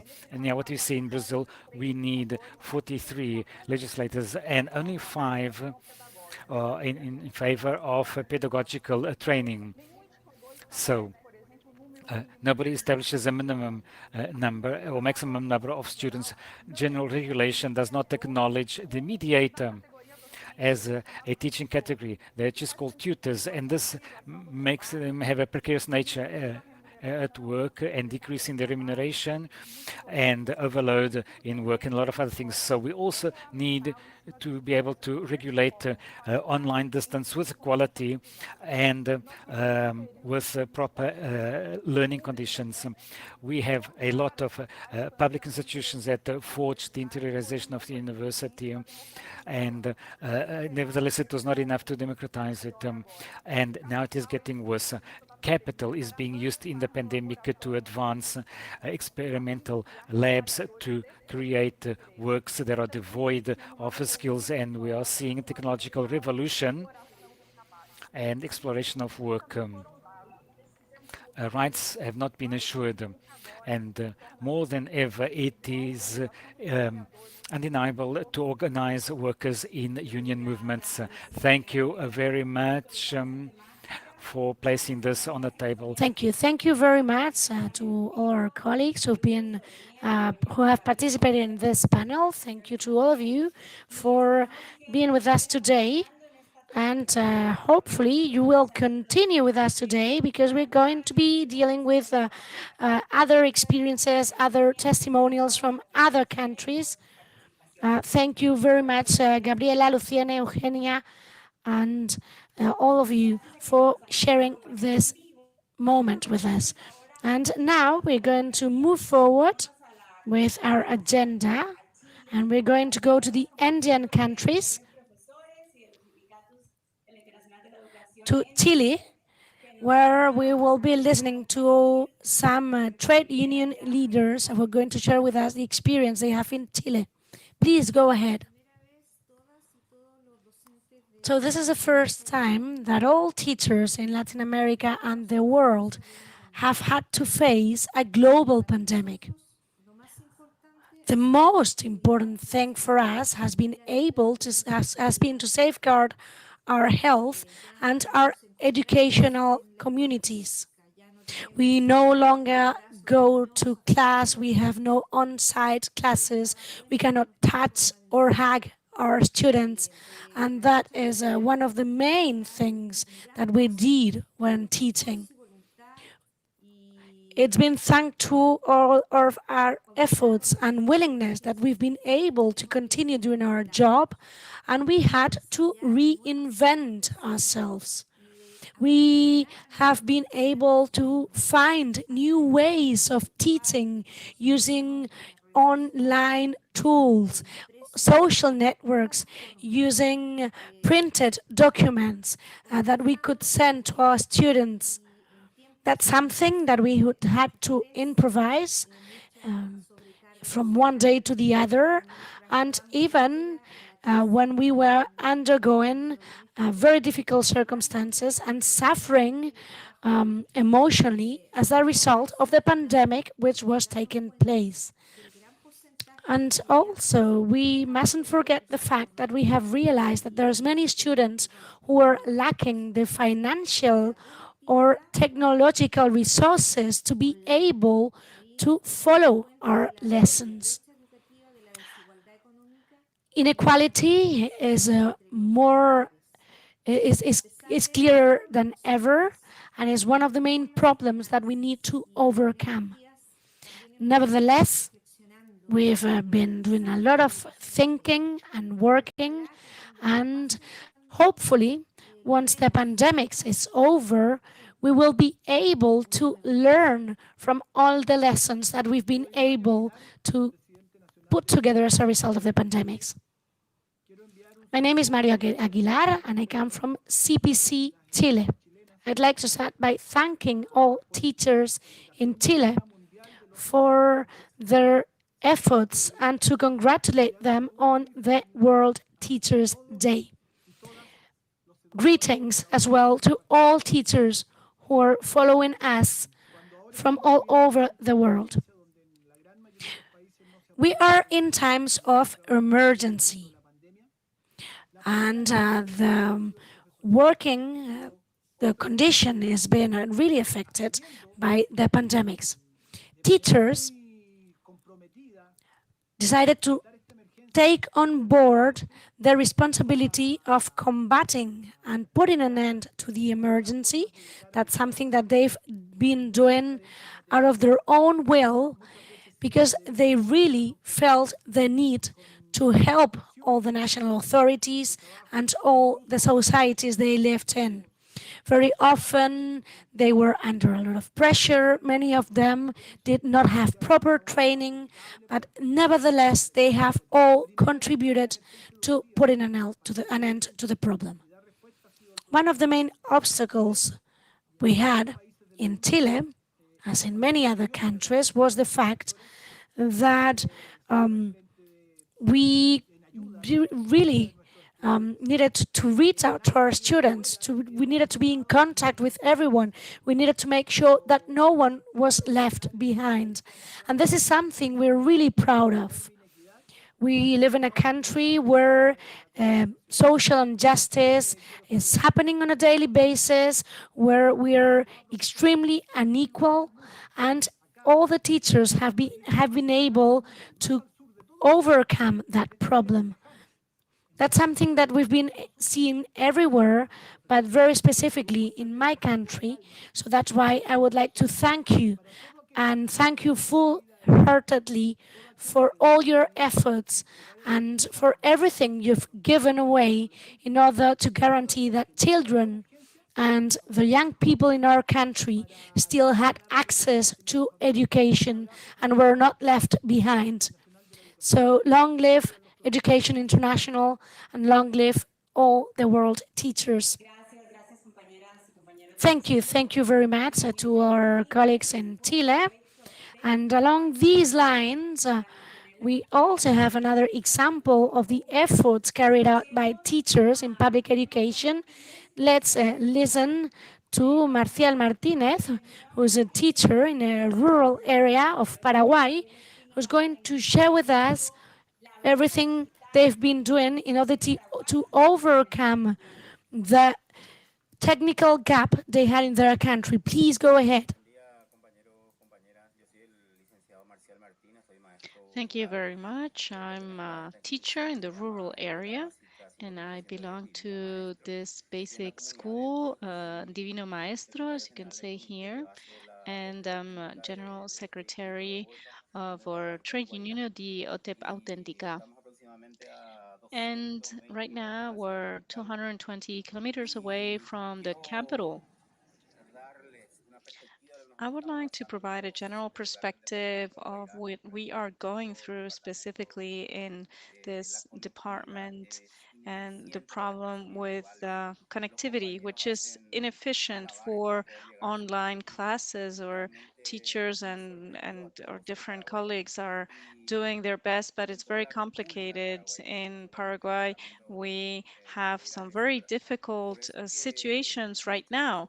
So right now, many of our colleagues are undergoing some very difficult situations regarding virtual classes, and some of them are truly trying to find different ways of solving this gap and these issues, making copies, going to the homes of the students, and also, well, for them to be able to continue with their education.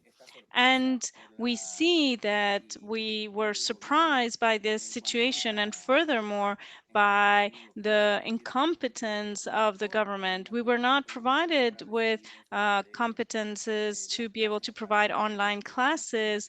We see that not all families have the required equipment, and also the internet coverage is completely inadequate. And we see furthermore that in the area where we find ourselves, the coverage is inefficient. So our colleagues are having some very difficult times right now. From OTEP Auténtica Trade Union from Paraguay, I would like to greet all our friends. The economic and political crisis is having an impact on the lives of our families, the life of our students, and we have seen the closure of schools.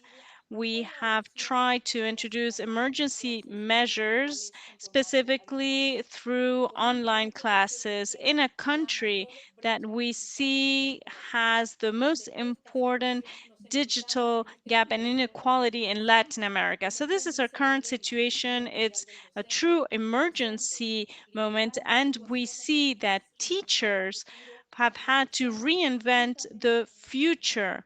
And together with our families and with the families of the students, we have had to introduce changes. And we have had to do our utmost to be able to address the situation with online classes. We had to find PCs, we've had to find smartphones, we have had to make copies and print and be able to provide written material to those students that cannot connect to the internet. So it's a very difficult situation that we can see right now. And we also see that the right to education is being threatened. Many of our colleagues have been infected by the COVID-19, and they had to try to find boats and canoes to be able to bring materials to the furthest areas, to give food also, the food that was provided previously in schools, to give support to families, and in this way try to provide further support.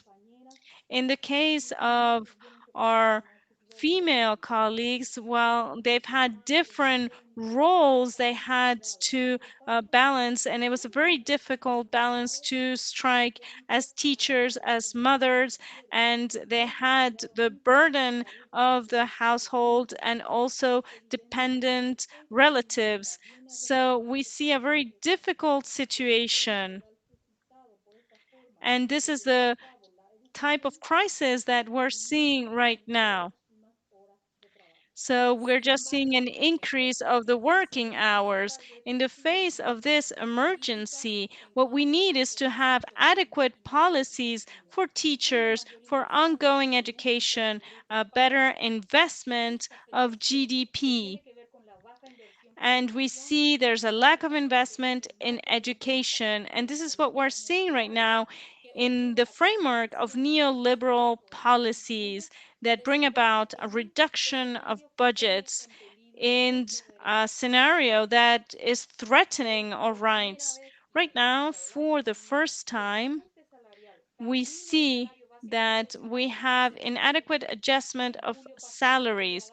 The last month of July, we needed to adjust salaries, and it was not possible due to the emergency law that is going against fundamental rights. We had been fighting for this from trade unions for a long time for the complement of the law that is established.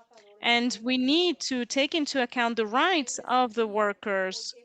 The main challenge right now is that we need education to be part of the state policies to guarantee access to a fundamental human right.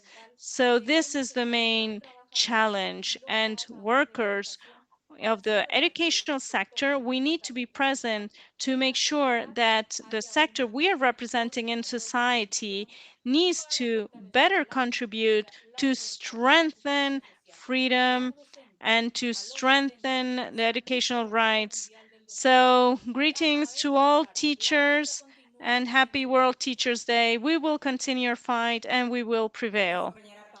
Thank you very much. Thank you very much, Paola. Not only will we prevail, but we are going to coincide. It was very interesting to see Paola and Maria Eugenia from Colombia, from our different colleagues. Well, they highlight the fact that public education needs to be state policy. It needs to be strengthened from this view of a state policy. So we're going to continue celebrating World Teachers Day, and we're going to listen firsthand the sector of teachers, and now we're going on to Costa Rica. So we welcome our friends from Costa Rica, from Ande, and we have Carmen Brenes and Paula Acosta. They're going to present the current fights of teachers in this very special year.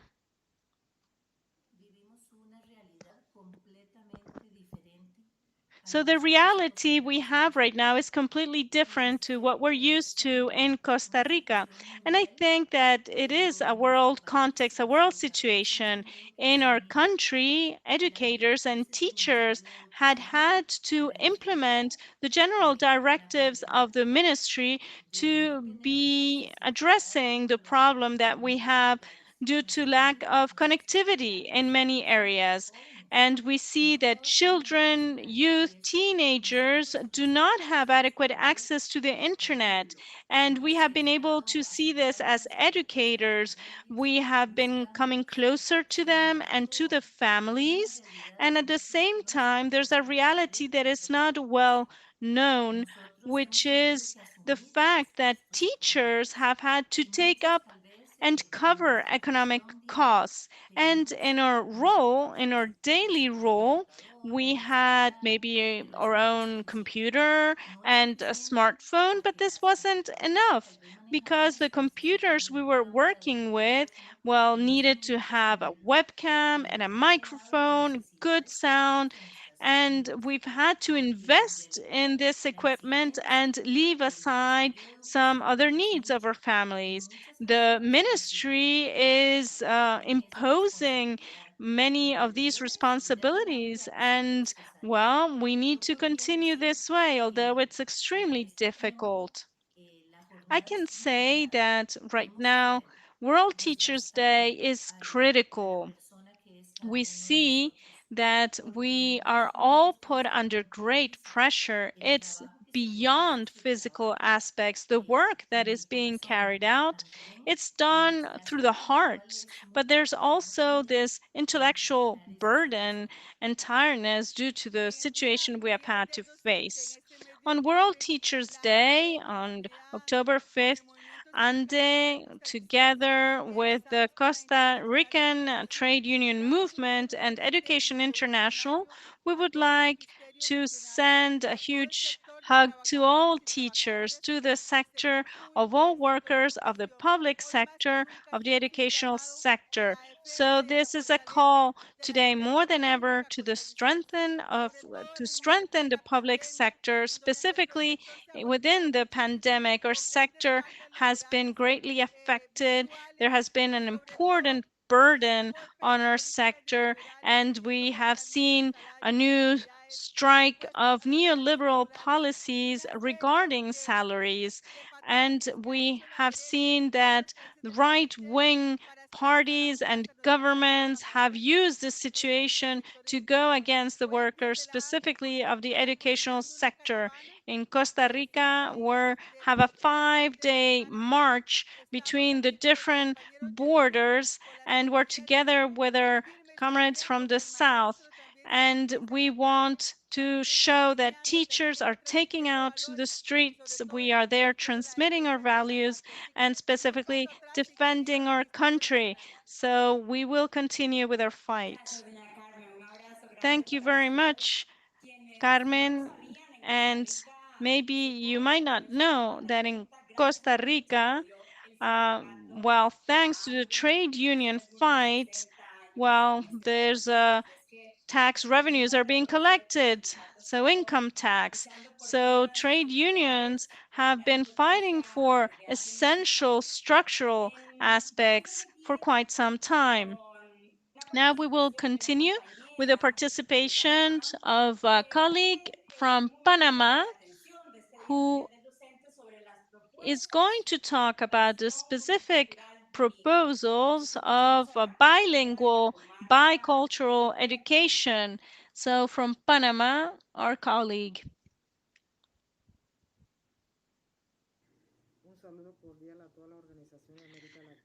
Hello to the whole Latin America in this World Teachers Day. We have a specific proposal of our university to try to promote adequate education for bilingual, bicultural education. The pandemic has brought about digital revolution in some sense and new knowledges for the new generation to be able to personally develop also from academic and social point of view using the different technological resources. Well, happy World Teachers Day to you all.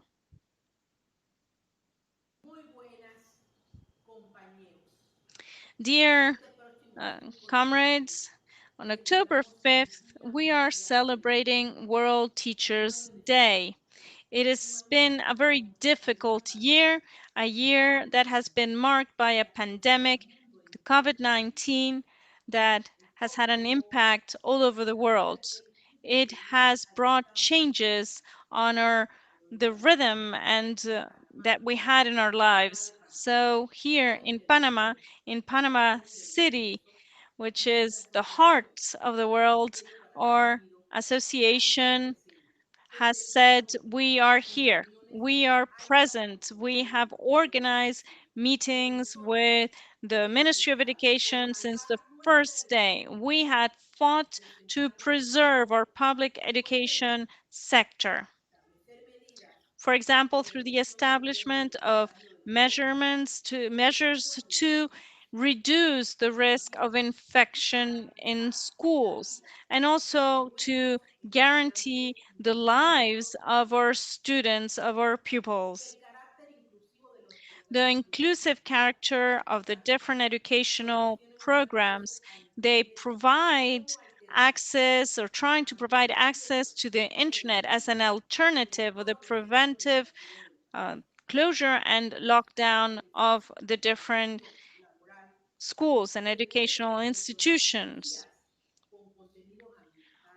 We needed to provide adequate support on an environmental and cultural level. We have clearly seen within this crisis the weaknesses of the public educational system, which needed to be renewed. We were not prepared for an experience such as this, such a huge crisis. But at the same time, teachers have shown, we have shown our true vocation, that we are able to work, that we are able to find alternatives to support our students and pupils, to teach them online, virtually, in 1,001 different ways. And something that has been made very clear is that never, ever, virtual education can replace face-to-face teaching, face-to-face teaching where we can be close to our students and pupils, that we can talk to them about values, where we can see them face to face every day.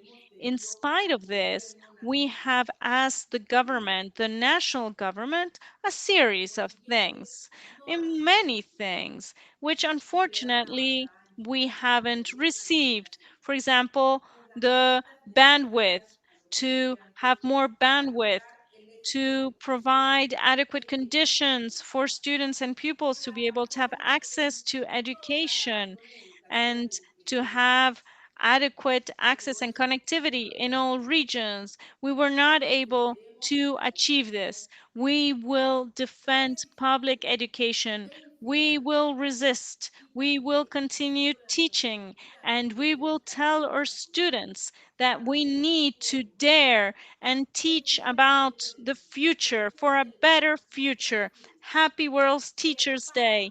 At the same time, I would like to say that the Pope recently compared teachers to the sun. We are the sun that rises every day.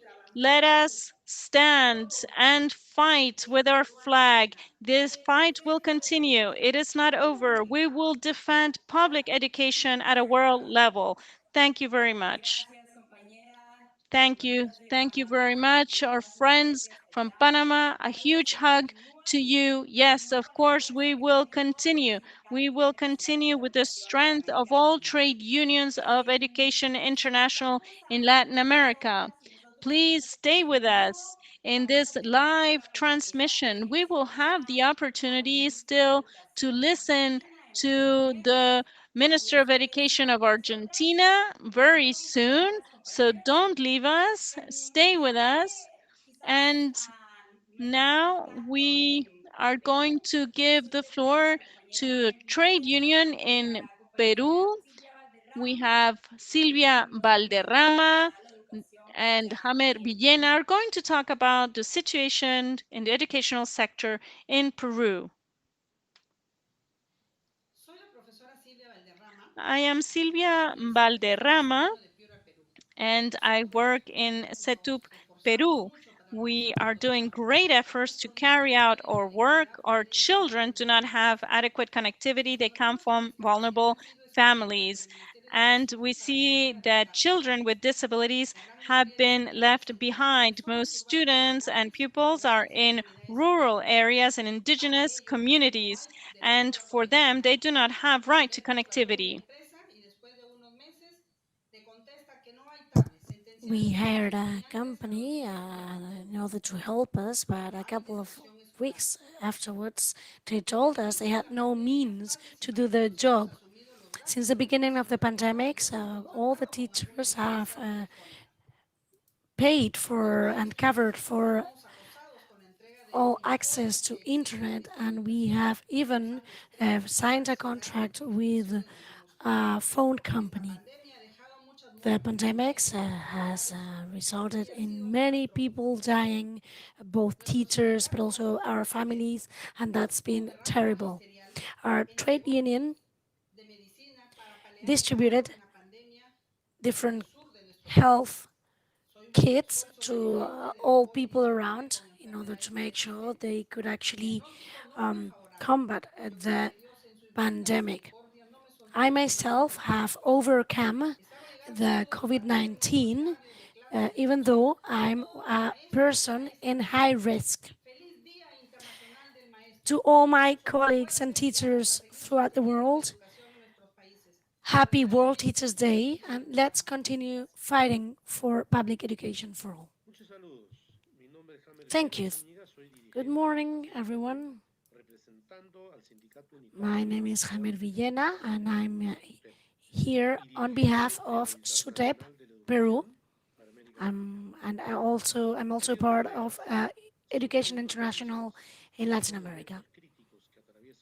Comrades, these are very difficult moments, both for Latin America as for Peru. And this is the result of the pandemic, but also the result of neoliberalism. The gap between the wealthier and the poorest is increasing. Our health system, our education, they are struggling. We are witnessing the amazing poverty which is surrounding many of the families we know. We are seeing people having to work every day, even if they are under very difficult circumstances. People have been fired, they've lost their jobs, their income, and there's many companies who are benefiting from grants and help and support from the government, even after having fired many of their employees. This is a very difficult situation. Poverty is everywhere, and our students have been highly affected by what's happening. Many of them have no access to basic resources. They have no light, no water, and they don't even have access to the internet. Very often they had to ask a friend, a colleague, or a neighbor to let them access internet. And in other cases, they had to climb up to the roof because they had no internet signal and they needed to do something about it. So that was the only way in which they could actually follow our online classes. Teachers have received no support, psychologically, technologically, or even economically. So it seems they believe we are coming from another country. We do not need any support. We are superheroes or something.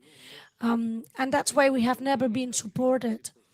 But despite the situation, we will continue giving everything we have in order to combat the results of this pandemic. We will continue working 12 hours a day, sometimes even around the clock, under these difficult circumstances with a government which is not supporting us at all, in order to guarantee that everybody has access to quality education, in order to be able to support our students at a local and national level. So happy World Teachers Day to all of you, and please let's continue with the fight. Thank you, everyone. Thank you very much, and greetings to you, Hammer, in Peru. What he mentioned about the fact that we have to continue with our struggle is very important indeed. And this brings me to Colombia. Maria Eugenia has already mentioned that in Colombia, they are organizing themselves. They want to go on strike. Let's see what you can share with us, also because you're one of the youngest teachers in Colombia. So I'm sure that you have a very interesting experience. We also have William Velandia, who's going to share with us their experience, but also their forecasts for the future, the result of this fight in order to combat also climate change.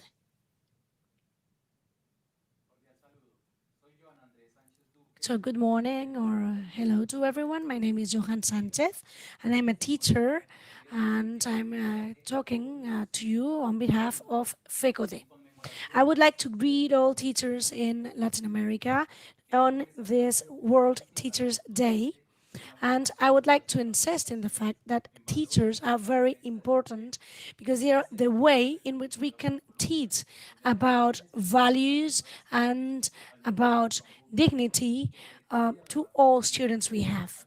Right now we have a government which is trying to deprive us of our rights, and we are trying to combat that movement from the government. We're going out on the streets, and that's why I would like to invite all of you to help us in this fight. Greetings to all teachers in the world, because you all carry out a very important role as teachers. Our role has to be recognized even more given the pandemic which we are currently facing in all countries of the world. It's thanks to us that the rights of young people and children are respected. Education International in Latin America wants to recognize the efforts done by all teachers everywhere. We have doctors, architects, lawyers, many people who contribute to what we do. And that's why our organization is an organization for peace. Even now, when we are struggling in these difficult moments where we're leading a fight against neoliberalism, it's even more important the fact that we are all together within this organization, that we share our efforts in order to defend that education is a human right that contributes to social cohesion and that brings together all the different peoples in the world. Social justice, transparency, And also the transparency and accountability from the government is only possible thanks to the role of teachers. The existence of a world where we all have the right to live, even more now in times of coronavirus, even more now when we have certain big interests which are only thinking about money and not about our rights or our lives. That's why we're even more important. The respect of the environment. That's all the different aspects that we have to take into account, because that's going to be our legacy for future generations, for the young people in our countries. Thank you very much, William. It's very important what he says, that we teachers probably have the most important role to play, and this is one of the most important jobs we can have. And to finish up with Latin America, let's go to the southern part of the world. We are going to listen to the representative of the Committee of Education International, and also another colleague who are going to be talking about the fact that commitment is crucial from an ethical but also political perspective.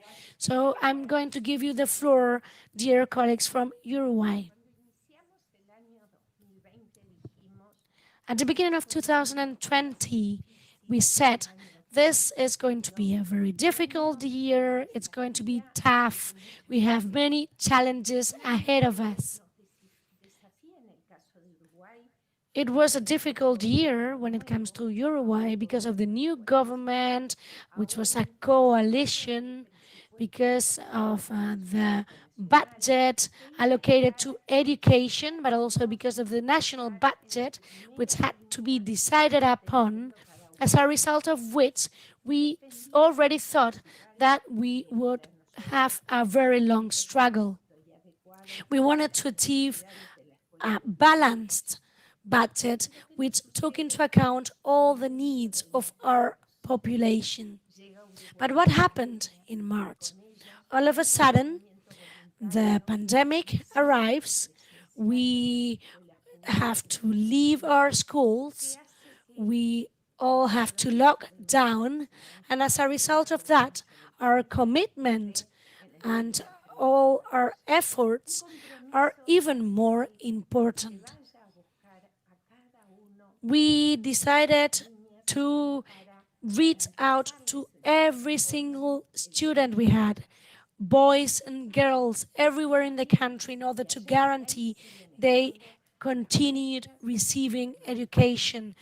All teachers, male and female, worked together to try to make sure that they continued learning in the best possible way, given the circumstances. That was a very big responsibility which we had on our shoulders. That's why today, on October 5th, I would like to wish you all, teachers, a wonderful day. This is one of the noblest jobs that exists. Being a teacher implies being sensitive, a great deal of sensitivity towards human needs, towards social needs, but it also involves wanting to organize oneself and creating trade unions in order to be able to continue with our struggle. So that's why I would like to congratulate you all and thank you for the great job you've been doing. And I would like to reaffirm our commitment with our profession and our students.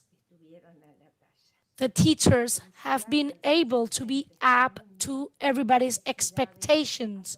So congratulations to everyone, and hopefully we'll be continue teaching in the same conditions we had before the pandemic. Dear comrades, on this 5th of October, I would like to greet all teachers because it's your day, it's our day, and that's why I would like to send you a hug from Uruguay on behalf of my organization, the National Organization of Teachers of Secondary Education. The situation is unprecedented. We are in the midst of a pandemic which has had a big impact socially, economically, and from an educational perspective. All throughout the world, we've been able to witness and confirm the will, the commitment of all teachers with public education, but also their commitment with and towards their students and the students' families. Teachers have been at the front line fighting for the right to education of all those children, of all adults, and of all young people in our countries. The situation was very difficult and the circumstances were really tough. Many of our governments didn't even recognize what we were doing. They didn't support our actions at different levels and in different ways. Actions of solidarity which received no support from our government. I would like to insist on that. Very often, teachers were even attacked, they were insulted, and they were not taken into consideration by our societies. So, because of everything you've done, I wish you a fantastic World Teachers Day because of your commitment socially, politically, because of your role as defenders of the right to public education, of defenders of equality, and even more now when very often we see how different organizations and how in different fora people put education into question, when very often the different states open the door to privatization and the commoditization of education in many countries, even more now under these circumstances, given the situation we're living, given the fact that we are under attack, that we are at risk, our role is even more important. We are seeing how many governments are trying to replace teachers with virtual or online tools. And that's something that we also need to fight against, because that also creates a terrible, huge risk for teachers everywhere. So that's why this Teachers' Day is even more important. We have to continue promoting our role. We have to continue celebrating our efforts, because it's important to make sure that all societies recognize our role and our efforts when it comes to defending public education, when it comes to making sure that we continue paving the paving the way for a better world for everyone. So a huge hug to everyone. Long live public education. Long live the EI. Thank you very much, Jose. A huge hug to you as well. You already mentioned it. It's very particular, 5th of October, and that's why there's so many people that want to share it with us.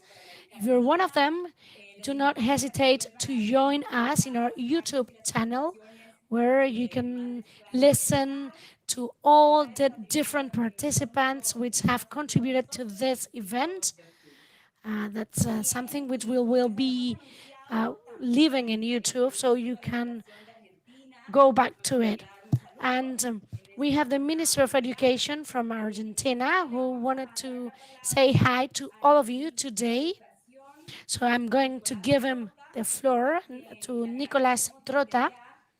And I'm already from now. I'm also thanking you for being here with us. You have a very clear policy in favor of public education in place in your country. So the floor goes to you, Nicolas Trota. Hello, my name is Nicolas Trota. I'm the Minister of Education of Argentina. I would like to send a hug to all teachers everywhere, and I would also like to to use this opportunity and given the complexity and the circumstances that we are going through, to get into to get in touch with many of you, especially with Hugo and all of those who are working with us in order to guarantee that schools become one of the main sources of the change that we currently need. We also need to make clear that those which can become standards of education in many countries and in Argentina are precisely our teachers.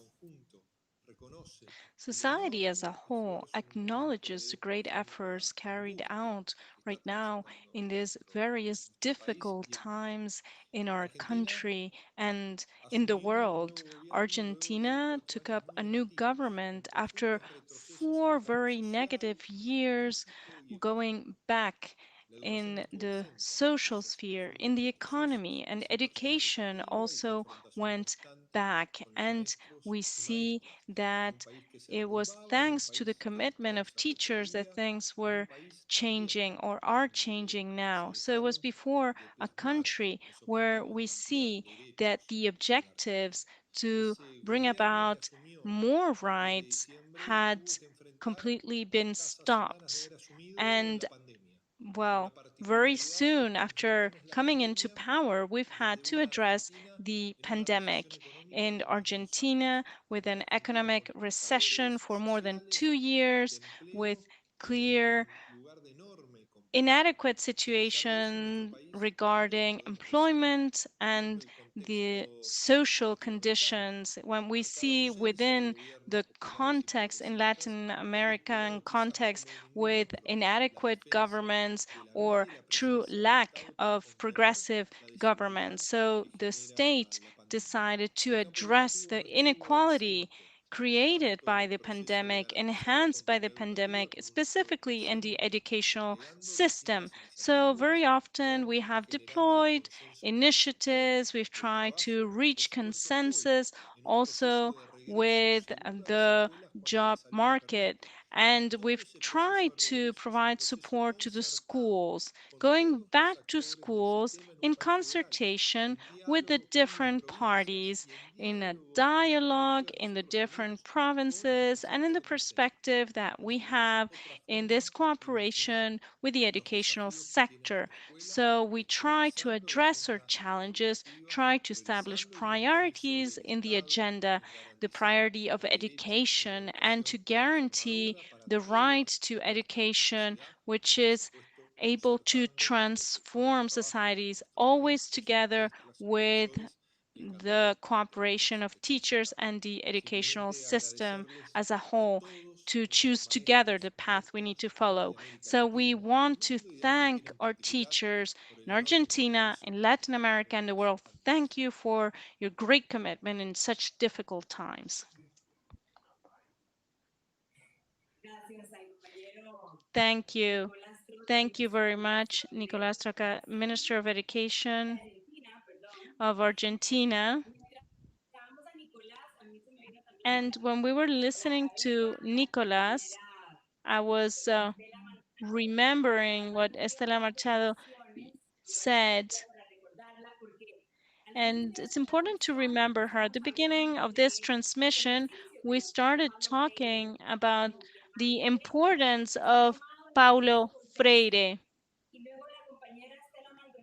And Estela Maldonado also insisted on the fact that as teachers, we need to go out of the schools, out to the streets, to the real world.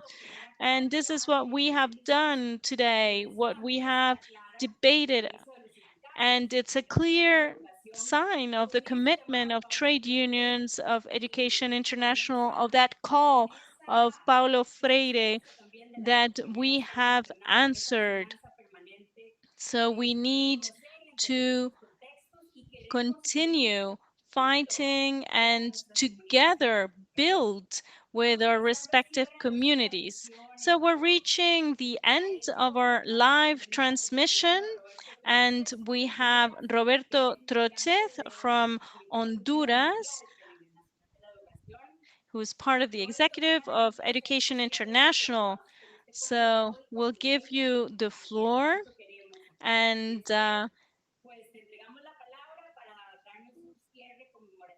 you are going to have the final words in this important World Teachers Day. Thank you very much. I would like to greet everyone, our teachers, the whole of Latin America, Education International, the most important trade union that defends human rights, children, public education. We defend public education because it's a universal right. And today, Education International says to the world that teachers are hope. They are the strength. They are the revolution of the countries. They are the ones that build nations and countries. Teachers, we are defending the rights of boys and girls, of children. Now in this crisis, in March, there was the lockdown of the schools, but we showed since March that we were still teachers. We never stopped being teachers. In Latin America, in the world, we are creating education. We are at the forefront with our pupils and students because we have this commitment with our nation, with all nations, with all societies, and with democracy. To close this event, this important event of Education International, it's a true honor for me. It's a true honor. It's a true honor to be a teacher and to teach children.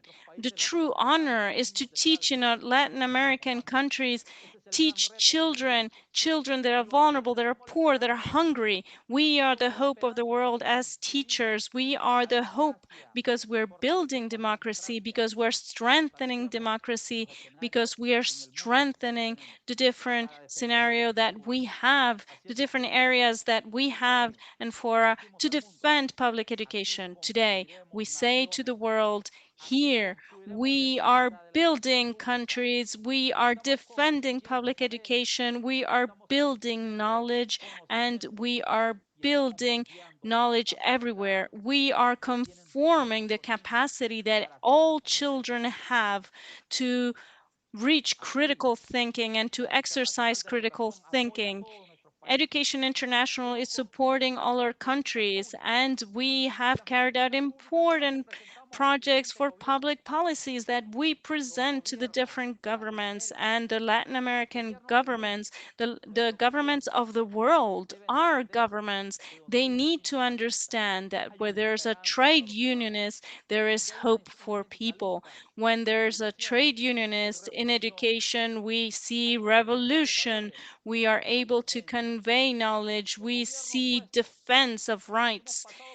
We have gone through dictatorships, military governments, democratic governments, and the fight has always been against trade unions, but they will never be able to go against teachers. They don't understand that teachers in a classroom is creating nation, is creating a country. All these attacks we're experiencing in Honduras and in all over Latin America, we see that the military cannot win over us because we are building strength, the revolution of education that is transforming countries, and the commitment will be to defend these resources, to defend public education.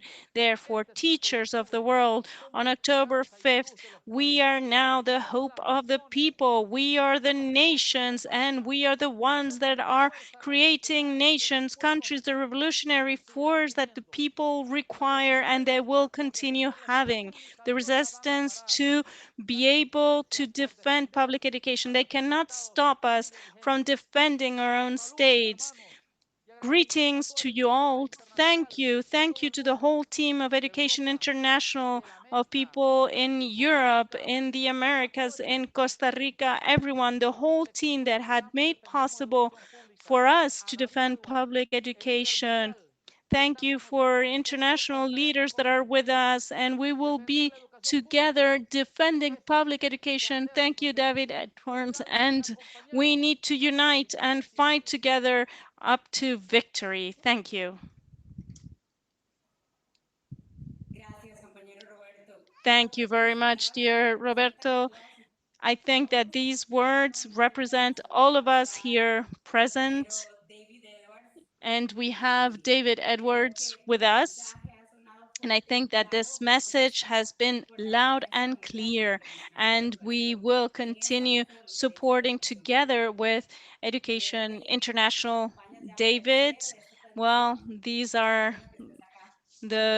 the conclusion of this transmission. Thank you, Gabriela. Well, first of all, I would like to thank you for being such a wonderful host of the region, a region that is so dear to us.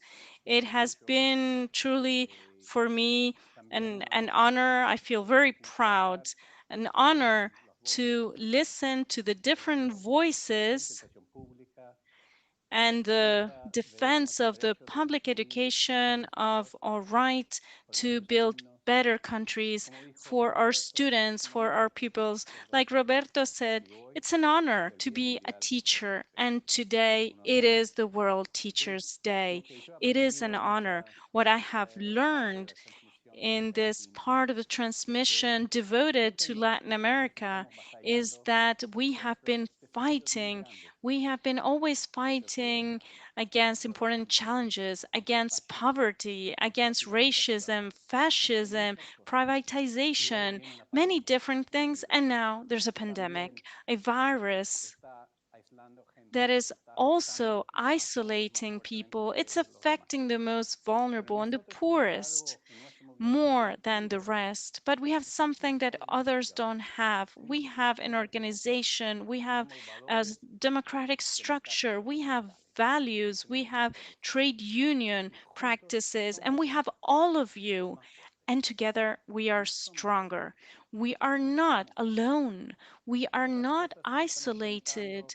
And things that we're all facing right now, the lack of technology, lack of resources, it wouldn't have been possible. It would have been isolated. No, we are part of a trade union. We are members of a trade union. The trade unions represent our profession, our vision, and we are building and continue to build. It's wonderful to see Lula free and to listen to his words. And yes, you can cut all flowers, but spring will still come.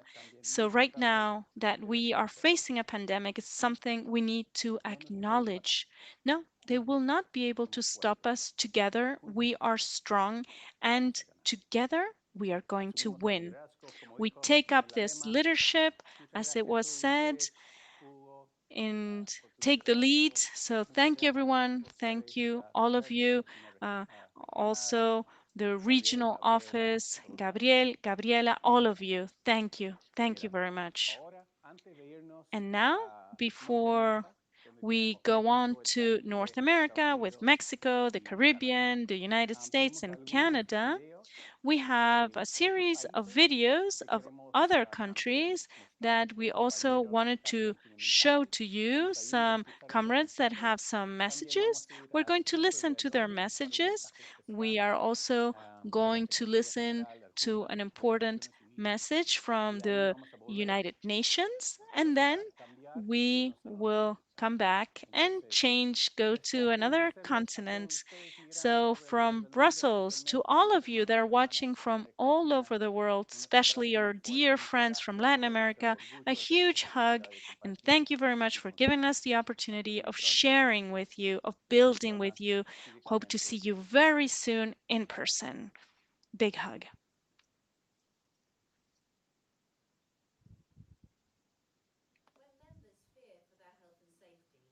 At work, as they are fearing during this pandemic, they turn to their union, and they have turned to the National Education Union in huge numbers throughout COVID.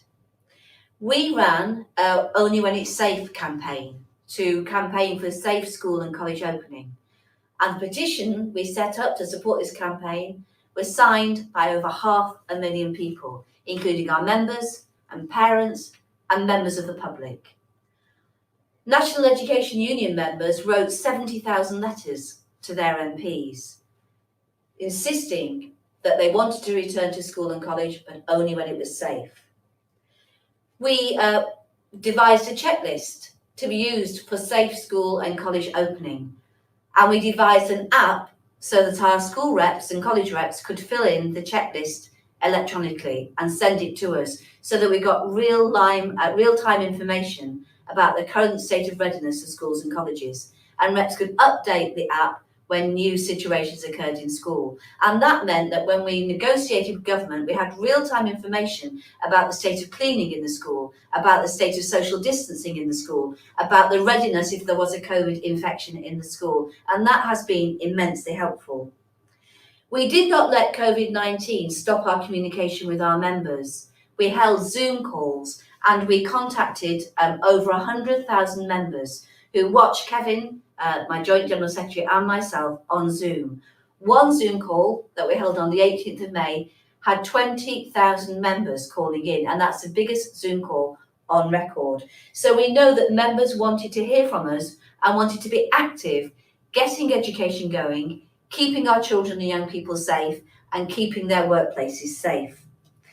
We increased the density of our school and college reps during the pandemic by 12%. And we have many more women reps, many more black reps, and many more LGBT plus reps as well. We've run online training for our reps and for our members. We've had over 7,000 members attend training, and the most popular course was supporting children and young people in a pandemic, which just shows where our members' moral and ethical responsibilities lie and how serious they think about the work they are doing for the next generation of children and young people. We've noticed that our reps are much more confident. Over 70% of our reps have set up meetings with their managers in school to ensure a safe return to work.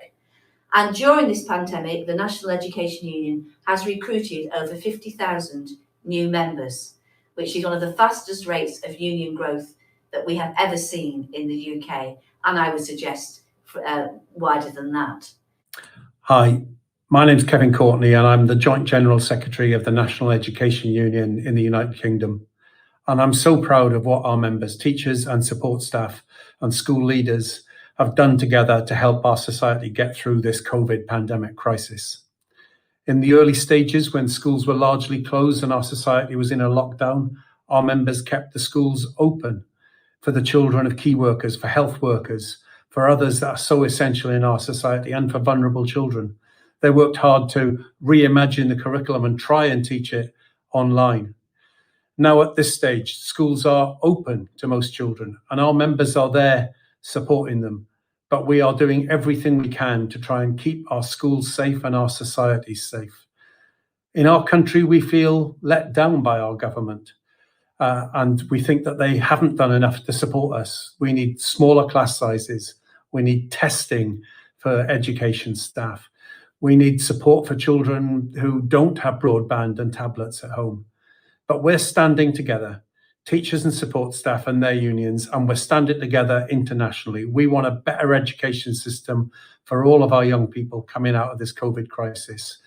To all of you, wherever you are on World Teachers' Day, let's stay strong together and let's work for the best education system for our young people and proper respect for teachers and support staff. Greetings from Finland, the very Nordic country in Europe. My name is Päivi Lyhykäinen and happy World Teachers' Day to all of you. We have had a very special situation in the world during this year with COVID-19. Teachers all over the world have done a tremendous amount of great work to keep teaching and learning from stopping. The Finnish government introduced an emergency law in March. As a result of the law, schools, educational institutions, and universities were closed. However, the teaching did not end, but continued as normally as possible via distance learning. It took only 2 days for the teachers in Finland to adapt into distance teaching. Only kindergartens were open the whole spring and summer. Children had the opportunity to participate in the early childhood education with pedagogical high-trained teachers. Parents made a choice if they wanted to keep the children at home or in the kindergarten. Apart from teachers having to hold the classes, they did a great job helping pupils and students complete their assignments and check tasks via computers and plan lessons for the next day. This also meant a great digital leap for teachers, as all teaching took place via computers. Now, it's very important to listen to the teachers what they have learned during this unusual situation. What kind of help do the pupils and students need today after distance learning, now when schools and education institutions are mostly open? It is also important to know what kind of in-service training teachers need for the future after distance teaching experience. However, the most important thing we've learned during COVID-19 distance learning last spring is that computers are not a substitute for teachers. Learning in schools and colleges is much more than information transfer. Social and empathic presence for students is just as important as learning knowledge and skills, or even more important. Today, enjoy the special day, World Teachers' Day. Teachers, you make the world keep going.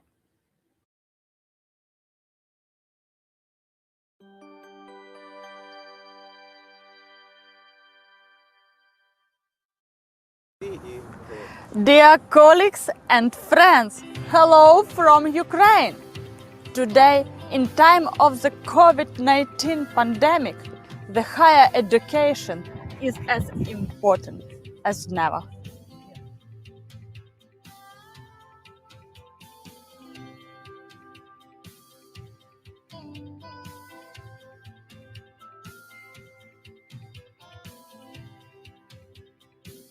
Despite all the problems, teachers in higher education managed to quickly understand the situation, adapt to it, and switch it to online teaching. Nowadays, in this extraordinary situation, teachers are working with inspiration and deep sense of responsibility. They continuously provide quality education to their pupils and students.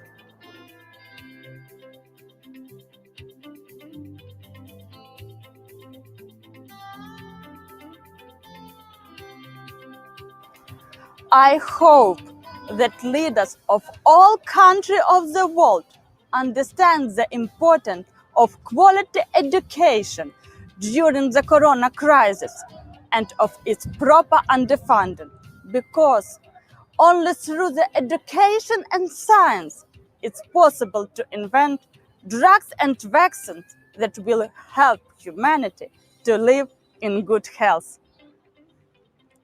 So, in this International Teachers' Day, I thank all my colleagues, all teachers, educators, kindergarten carers, all educational workers and their union for their hard work dedicated to the teaching profession, that they continue to work with inspiration in these difficult times, educating children, students, and youth, preparing them to live in different situations. Also, I would like to tell that one of the biggest problem affecting teacher is permanent underfunding of education. In this situation, we rely on and support our union, which is actively fighting to improve the working conditions of teachers. I believe that now more than ever, teachers deserve higher wages because in addition to the increased risk of infection that we face, we must be ready to any time to switch to the distance learning while ensuring higher quality education.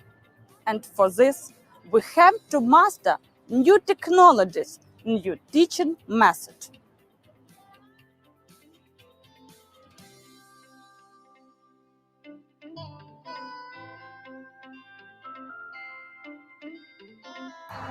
Hi there, my name is Anton and I'm a third-year student at Kyiv National Economic University.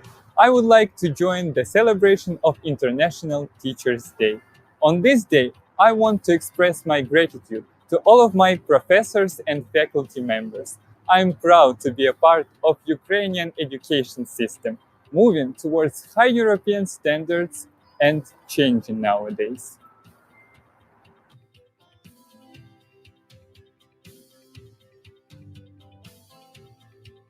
The education system in Ukraine, as well as in other countries of the world, has faced tremendous challenges in recent times. From the beginning of the pandemic, the education professionals have been trying to find new ways to sustain stability and further develop the educational culture. Ukrainian teachers have conquered the fears and threats of these hard times and continued their daily work. We have adopted the systems of distance learning by using all resources and practices available. We have been learning ourselves while teaching our students. And on the World Teachers' Day, I want to thank all the teachers for their dedication and commitment to their profession. We are grateful for your love, devotion and tolerance, for the knowledge and wisdom you cherish in the minds and hearts of our new generations. Stay healthy, be happy and loved. Happy Teachers' Day.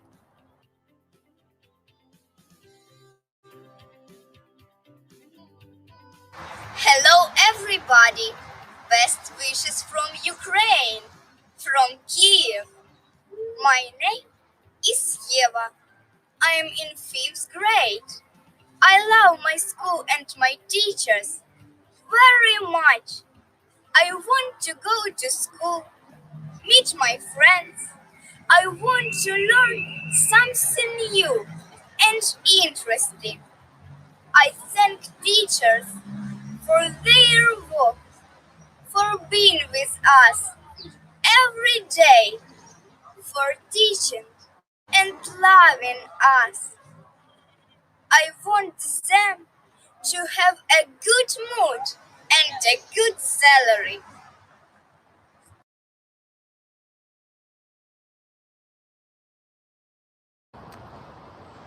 Hej, Pia Rissell heter jag och är förskollärare.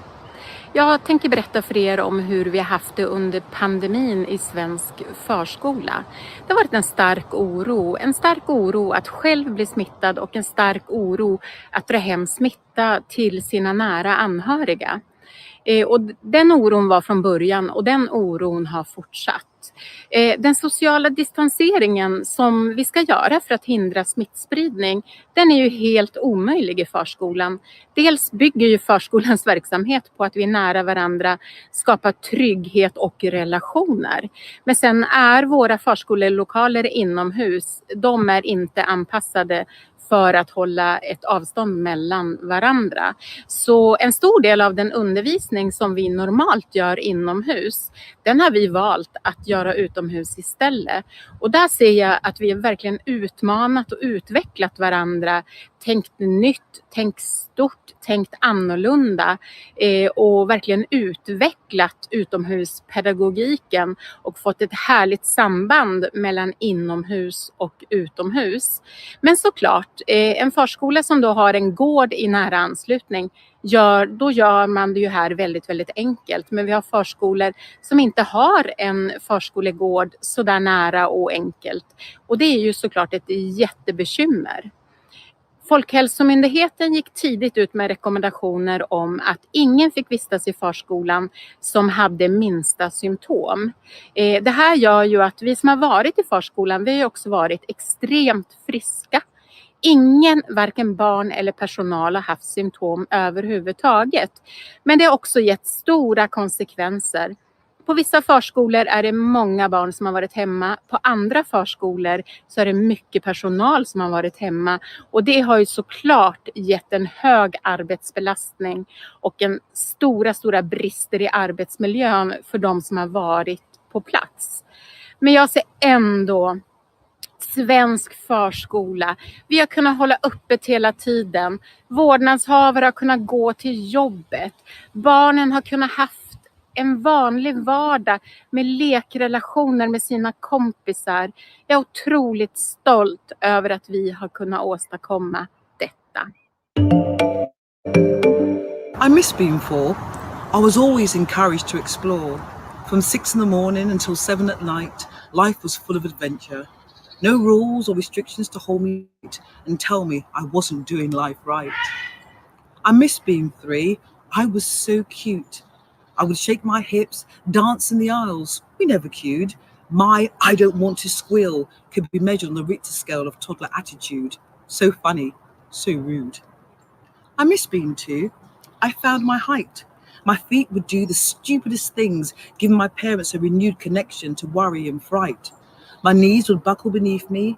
My head greeted many flaws. And when I learnt to climb the stairs, they were framed with metal doors. I miss being 1. I was always in a daze.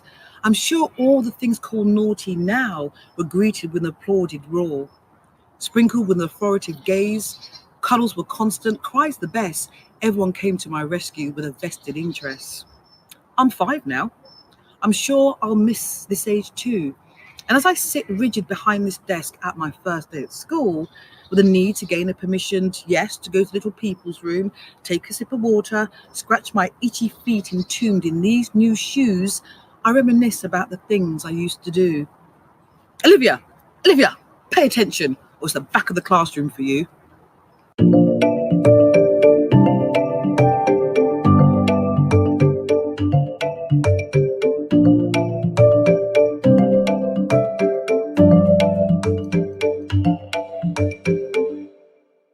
Distinguished colleagues, ladies and gentlemen, it is my pleasure to join you to celebrate World Teachers' Day. I'm heartened to see so many partners working together to bring global attention to the world's indispensable teachers, school leaders, and education staff. Each one of us remembers a teacher or teachers who have influenced their lives. I applaud the work of our convening partners, Education International, the International Labour Organization, UNESCO, and UNICEF. Such collaboration is more necessary than ever at a time when COVID-19 crisis has stalled our efforts towards the Sustainable Development Goals and risks turning a pre-COVID learning crisis into a post-COVID learning catastrophe. At the opening of the new session of the General Assembly, world leaders urged global solidarity to recover better from this crisis and deliver the SDGs with a decade of sustained and ambitious action. Many called in particular for action on education, recognizing that it remains one of our greatest tools for advancing peace, human rights, and all the 17 SDGs. Teachers are the backbone of all education systems and the key to ensuring a quality and inclusive education for all. As such, we reimagine education. We must make sure that teachers are at the center of the process. What the crisis has brought to light is that for millions of learners, teachers are also a lifeline. The support and solidarity of those teachers during COVID-19 is the spirit of cooperation that we must all embrace and sacrifice. We take this opportunity today to express our immense gratitude for their service and leadership across the globe. The United Nations family, working with our partners, will continue to support teachers around the world, ensuring that their voices are heard and that their skills are improved to leverage the latest technology and tools for the 21st century learning and beyond. Let us commit to leaving no teacher behind. Thank you. Let us commit to leaving no teacher behind. Thank you, Amina. That was fantastic. Colleagues, this brings to an end this part of this transmission. We are going to be taking a break, but don't go anywhere. We will be right back with you soon. You'll need to do a refresh as we reset the stream, get into Mexico, the Caribbean, United States, and Canada. Really great content, colleagues and comrades await. Please stay with us. See you very soon after the break.